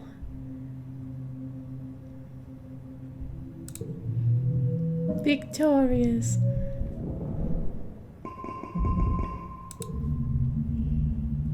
You're having a terrifying, familiar dream. A monster crashing through the walls. Unfathomably large. Every part of it wriggling and moving and searching for something. It tramples through the colony as you watch helplessly. Time shifts to the wreckage of your home. You're picking through it, looking for something, tears streaking down your dust-covered face as you lift heavy pieces of debris searching. You wake up shouting no, but your voice is drowned out by a deafening rumble from the skies outside. The bedroom window is covered in water? It's pouring down from the clouds. You guess this must be rain, but you've never experienced it before. There's a bright flash from outside, then another crack and rumble. Thunder. It must be a thunderstorm. It's still the early hours of the morning. You've already almost forgotten your bad dream, but you're too unsettled to go back to sleep yet. The rain beats down on the roof of your quarters, joined now and then with great peals of thunder like the footsteps of an angry beast. I definitely don't want to go outside. Like, I'm a tough kid, but it's lightning, man. Let's talk to our parents. Your dad is awake too, watching the rain from the large porthole in the kitchenette. He gives you a hug and you gaze out together. This is good, he says quietly. It means we'll have plenty of water for the crops. Pure, healthy water, just like on Earth. Everything's going to be okay, my little potato. You hug your dad tight and hope he's right. Mid-wet. Tangent is watching a construction crew build scaffolding for the new engineering pavilion. They're using mushwood, which is so light that one person can easily lift a 10-meter-long pole and stack it into place. She points toward them. Human beings are so great, don't you think? Before we landed, this was all just dirty jungle. Now it's a civilization. I've been learning about adaptability in writing in biology class. The books say it's what sets us apart from the animals. Like, we don't need fur because we can make warm clothes, and if it's too hot, we can make air conditioners instead.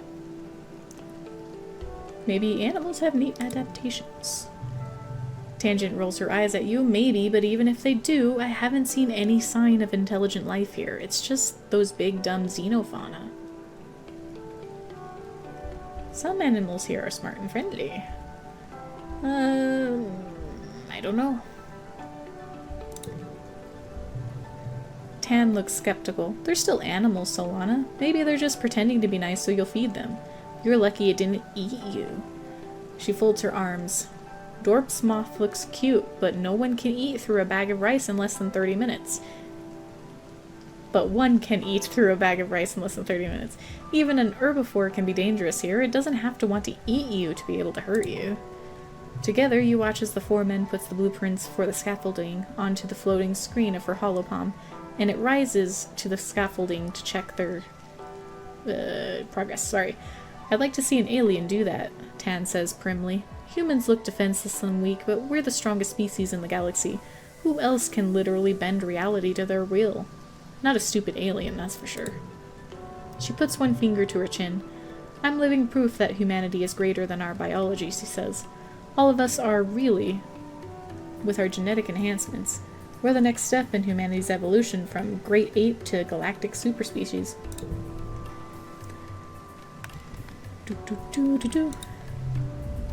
You and an enemy are playing in the garrison with sticks chasing each other around and pretending to be sword fighting. The adults training nearby are patient with you as long as you don't go near the target dummies, but sometimes you stray too close.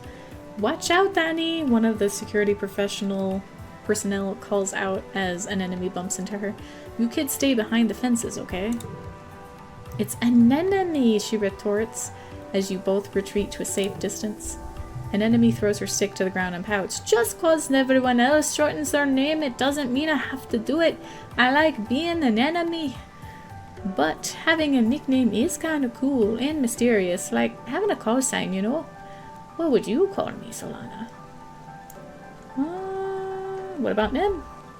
Nemi! I like Nem. Nem tilts her head. Huh, I've never heard that one before. She mimes swinging a sword a few times. Nem. Nem. I like it. Short and punchy, just like me. Kinda like I'm a adventurer from a story. Nem picks up her discarded stick. Now, she says, brandishing at you, prepare to be defeated by the mighty Nem. You spend the next hour sparring with Nem. Oh my gosh. An enemy is officially Nem now. Whoops.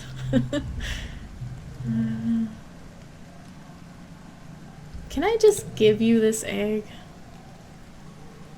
No. +1 to a card chain suit. I think I want that.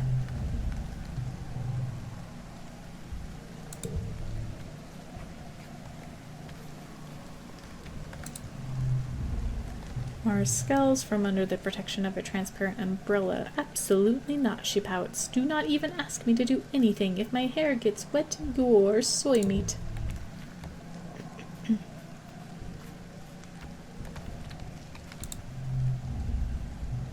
You're looking a little worn out, my little firefly. Your dad greets you, looking concerned. You know, despite what your mom might say, there is such a thing as too much work. Maybe some R&R over in the lounge would help recharge those solar cells. What do you say? I have a phone call. I'll be right back.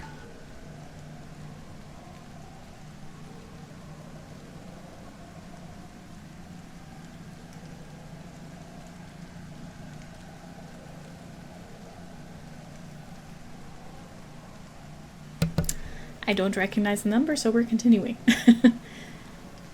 Maybe I just need a hug. I'll sleep when I'm dead. Your dad laughs at your audacity, but then he sighs and shakes his head. The buzzberry did not fall far from the vine, he says. You and your mom are the same. Just promise me you'll take a break before it gets to that point, okay? I guess it's time for a break.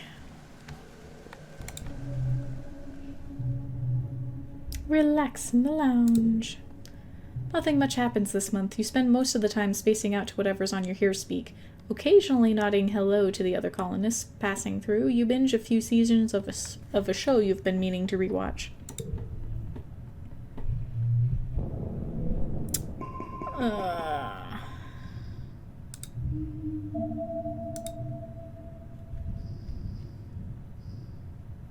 I don't want to forget them. Close and keep cards. Yeah. I don't know why you're trying to make me get rid of them.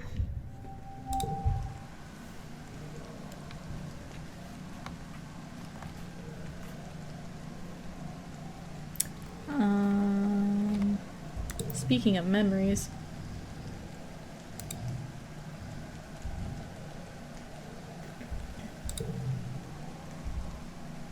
You'll keep adding to your deck as you age and can forget cards by spending time relaxing. You have a limited number of beer slots played. Okay. Gifts or one-use items. Duplicate stack. What's this? Clear-minded. You've got no stress or worries. 10% chance to get a bonus +1 when increasing skills. Nice. What's this? Sturdy mushwood log. +2 to a card. Nice.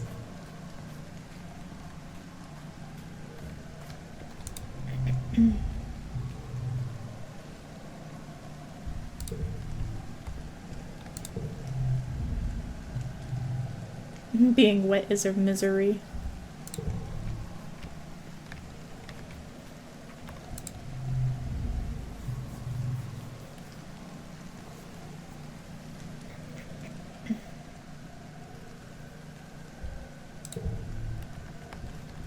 He is so depressed. I mean, to be expected, but...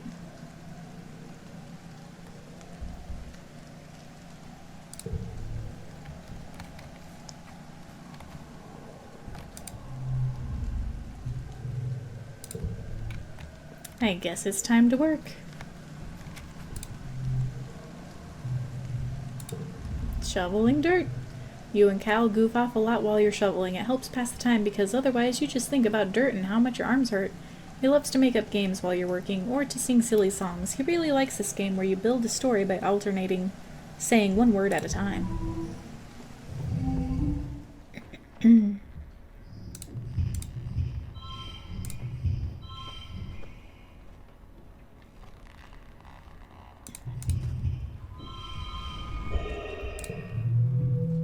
You worked well. The days have been getting shorter, with only the yellow sun barely skimming the horizon. One morning you wake in the darkness and have to check your holopalm to know what time it is. You see a holostream from Mars. One sec. Had to cough again. Good morning to all my pals, if you can even call it morning. They've named it glow season because, like everything, is crazy glowing there in the dark. I am staying the heck inside for the next month.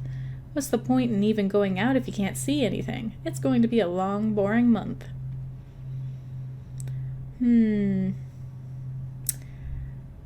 Probably, yeah. You give Mars's stream a thumbs up and peek out the window.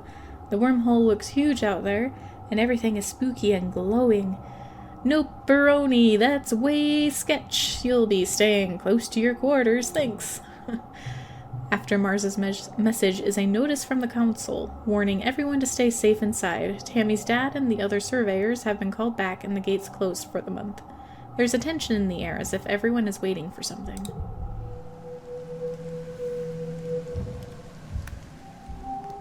Glow.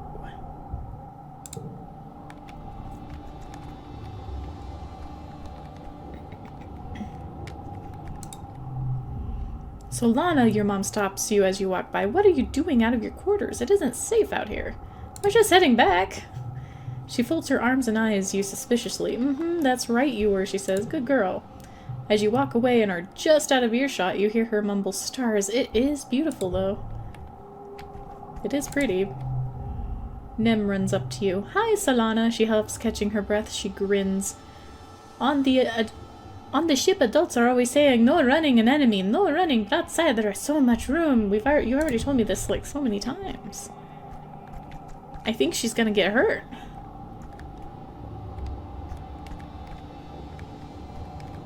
I think we're the only ones outside. Oh, except for you.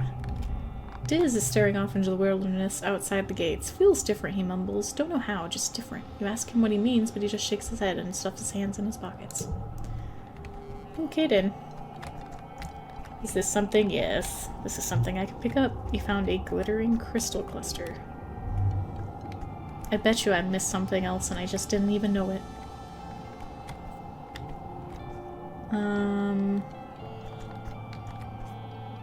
I really want to work on something, though.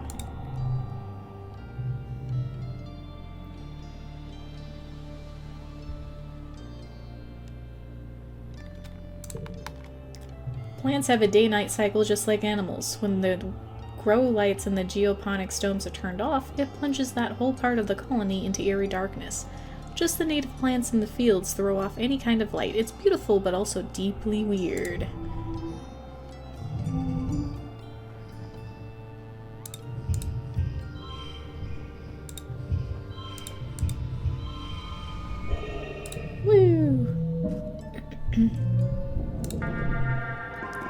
It's daytime when the emergency sirens start up. Well, what passes for day. It's still nearly pitch black except for the eerie green twilight glow in the horizon. You look toward the gates. They're open. Wait, they shouldn't be open. Is it because I went working? I hope it's not because of that. Stressed. The alert blares out of every speaker in the colony. It's the same one you used for hull breaches and fires, and in space, it meant you were supposed to go to the nearest emergency shaft and put on a spacesuit. On Vertumna, it means to go to an assembly point and wait for instructions. The closest assembly point is the children's creche, but from the opposite direction, you hear shouting and loud popping noises. Gunfire. Is the colony under attack? Oh, I don't have bravery. Hide. You find Dis in the creche and join him in hiding under the arts and crafts table. The lights are dim. You scared? He asks quietly. Unchangeable. This card's value and suit can't be modified.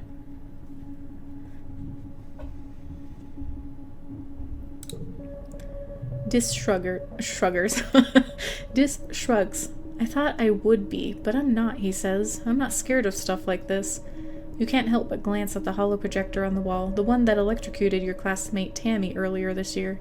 The glowing bear looms over the room and for a moment looks more like a monster than a toy. You grew up here. It feels weird to be hiding here, like you're just little kids again. You hear more gunfire and yelling, but within half an hour they play the all-clear tone. Chief Surveyor Tonin comes in to let you know it's all safe now as the lights come back on. You glance at the hologram teddy bear again. Tonin was Tammy's dad. How can he be sure it's safe? How can he be sure anything is safe? You're relieved when your parents arrive, with an ashen-faced Cal. They won't talk about what happened at Geoponics. Oh. Also, our mom has a cyborg leg. Oh, hey! It tells us things. Geranium is his name? Interesting. After 2 weeks of darkness, that was scary, reached the end of age 10. After 2 weeks of darkness, with the blue sun barely skimming the horizon, it begins to move higher in the sky and daytime returns. The council admits they don't know how the gates were opened or how the creatures got in. Some of the attacking creatures were once thought to be docile, others were species nobody had seen before. It was like something had driven them to assault the colony. At least nobody was killed this time.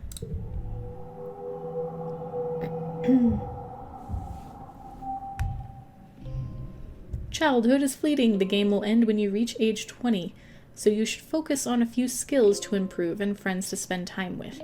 Use the skills and friends buttons at the top left of the screen to keep track of them. Good luck. Yeah, we have minus hearts. Friendship 10, friendship 20, friendship 11. Start age 11.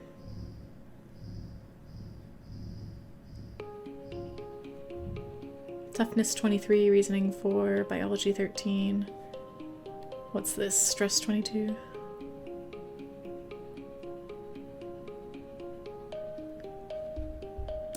Okay. New perk. +1 to physical cards. Red cards get +1 in physical challenges. You're looking for Cal in the garden when you nearly trip over someone else. One of the younger kids, and they're blindfolded. Hey, they exclaim, ripping the blindfold off their face and throwing it to the ground. It's Sirius, one of an enemy's brothers. He glares at you. I was almost done. Cal jogs over and grabs Sirius in a friendly headlock, ruffling his messy red hair. Dude, you were so close. Sirius stamps his feet and complains that you got in his way. It's not her fault, Cal says. She didn't know we were playing a game. Give me a sec. I want to teach her how to play. Cal turns to you as Sirius leaves. Sorry, Solana, he says, sheepishly. I was teaching Sirius a new game, but he's more like an enemy than I thought. Real competitive, you know? He stoops to pick up the blindfold, pushing off the dirt. I've been trying to come up with different kinds of games other than sports ball, he says. No winners or losers. I just want to have fun with my friends. Cal looks at you hopefully. Do you want to learn how to play? Let me check my schedule. Yeah. Cal's smile looks like it's going to stretch right off his face. Radical, he shouts, jumping up and down with excitement. Okay, so first put on this blindfold. The blindfold is a little scratchy and smells like dirt. You can feel Cal's big hands on your shoulders. I'm going to spin you around, and when I let go, you gotta listen to my instructions. We're gonna walk all the way to the cafeteria, okay? You nod. You can't see Cal's grin, but you can hear it in his voice as he spins you around and counts to 10. 1, 2, 3. First, Cal says you gotta walk forward 10 steps. You do follow Cal's instructions as best you can, or make things difficult for him. You do your best. Make him work for it. Do your best. You take 10 steps straight forward, holding your hands out for balance. The rocky dirt between the garden beds crunches under your feet. Yeah, Cal says, now turn to your right and take 15 steps until you get to the door. You turn to the right and walk forward, counting out 15 steps. When you stop, Cal laughs. You can hear his footsteps crunching behind you. I forgot how much bigger I am than you. You're like 2 more steps away. You take 2 more steps until your outstretched hands land on the warm metal of the door. Success! Awesome, Cal says. You can't help but smile. This is fun. Now, hit the door button on the right, and then keep walking forward until I say stop. Go really slowly, okay? You open the door and start to walk forward. The path slopes downwards, and your feet slip a little bit, even though you're moving as slowly as you can. Real dirt is nothing like metaphors of stratospheric. It's turbo rocky here, Cal says, and you can feel uneasiness prickle up the back of your arms. Just keep going forward slowly. Trust him. You slowly creep down the slope to the center of the colony, somehow managing not to bump into anything. Cal cheers. Okay, now turn a little to your right and keep walking straight. We're so close. You carefully pick your way forward, stopping when you hear Mars's unmistakable voice ringing across the courtyard. What are you numbskulls doing? Cal tells her you're playing a game. Is that a real game, Mars scoffs? It looks like Solana is just wandering around with a scarf over her eyes. Aren't you a little old for this?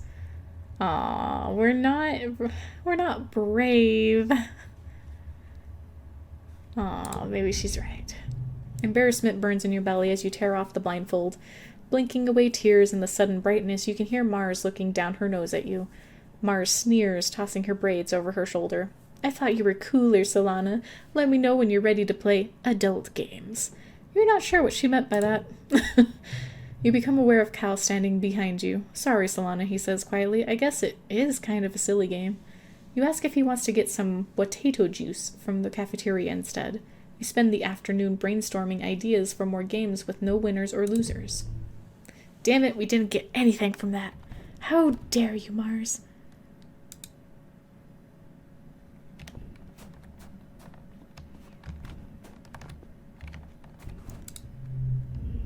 Diz is perched up on a big rock, silently watching the forest. He barely moves as you approach. The longer you look, the more you see, he says cryptically. Nim has her mouth wide open to the sky, catching flakes of the weird snow that drift from the sky. Tangy, she giggles. Get it? Tangy? Like tan? That's what we used to call her, do you remember?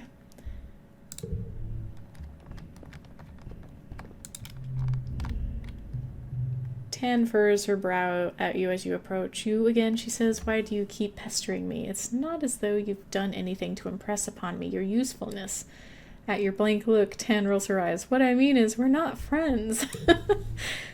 Get over yourself.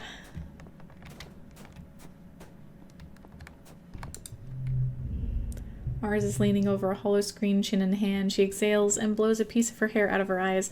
I hate schoolwork, she says, but my dad's told me that a good education is necessary for all people of culture, so I guess I gotta do it. She scrolls listlessly through her work with one finger. I'm doing the science parts last, though.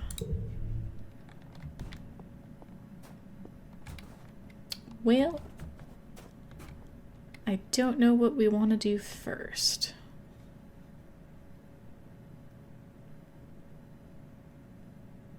Tactics and weapons, perception, ability to find things. Don't know.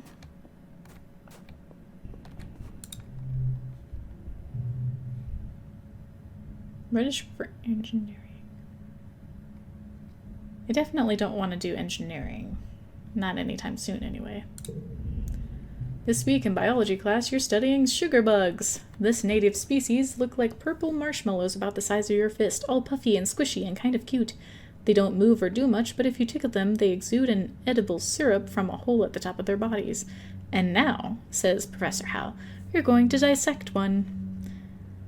Do it on ethical grounds. Dissect that cute little sugar bug. What do we get? Gained memory dissecting a sugar bug. You're given a thankfully already deceased sugar bug to work on. The moment your scalpel slices it open, a horrid smell assaults you, sweet like rotting fruit. Yuck. You see Tan trying not to gag too. Biology challenge. Defiance! As you get older, challenges can have conditions. The challenge suit, social, mental, or physical, determines what conditions can appear and which decks will work best. Try to collect social cards if you want to win battles for social skills. Is this a social one? If total equals goal. Goal 34? Are you fucking kidding me? What? There's no way. How the hell are you supposed to...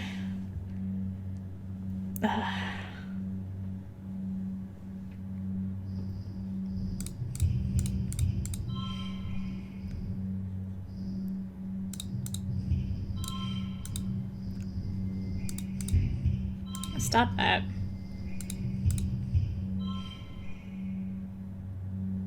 Why is the goal 34? Oh, okay, it's rounds. Okay. So 8 versus 9 versus 10. Sure, let's do 10.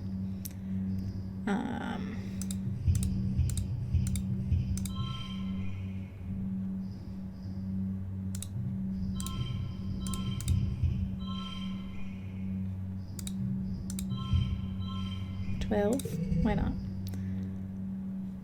0, 0, 1, 1. Ta-da! We did so good! You carefully section your sugar bug into 6 discrete organs. You take a photo with your hollow palm and carefully fill in labels for all the parts. That's pretty good, Tan says, peeking at your work. These things are slippier than I was expecting. Parts of mine are still moving.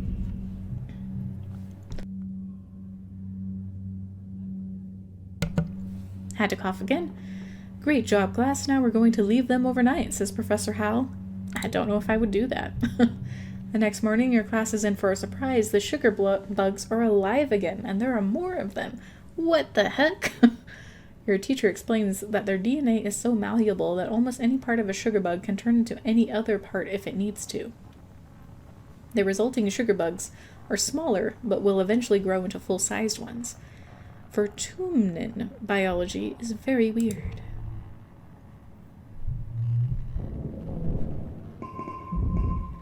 Neat. So much has happened in the last month since the monster attack during Glow. The idea of this planet as a peaceful utopia has been shattered.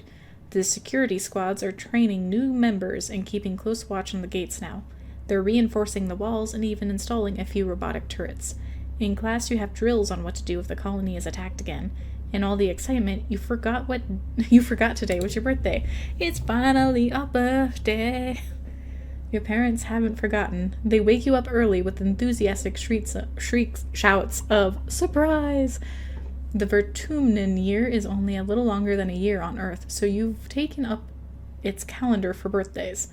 Yours is on the second month of quiet. Spark snow drifts slowly past your porthole window as you snuggle with your dad. Your mom climbs up too and sits on the edge of your bed. Your dad pulls a bowl of fruit from behind his back with a flourish, like a magic trick. At least you think it's a fruit. What are those? Bobber fruit, your dad grins. The foragers have been picking these outside the walls. They might look funny, but they're tasty. Try one. +1 to a card change suit to... I don't know if I want to keep that. You take a cautious bite. The pulp is soft and tastes a bit like lemon. Only more blue. I bet you can't wait to join the surveyors out there, your dad says wistfully. Who knows what else you'll find? Solana is not allowed outside the gates, your mom interrupts, her voice sharp. It's too dangerous for kids. Well, I know, but eventually, your dad says. But your mom cuts him off again. But Mom, I want to go outside. But not now, your mom replies. Not since the attack, not with everything we know is out there. You knew about the monsters, you admit it. Rebellion. Your parents exchange a heavy look. The surveyors knew there was something dangerous out there that we hadn't encountered yet, your mom admits, after a guilty silence.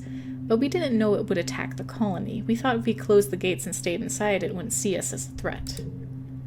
We didn't want to scare anyone, your dad adds. It was just a precaution. Even still, your mom says, it's clear that everyone should know how to defend themselves if it happens again. To be clear, this includes knowing when to run away, your dad adds. Security Chief Rhett's offering self-defense lessons at the garrison, you know. Even for kids. If you're interested, you should drop in sometime. Unlock defense training!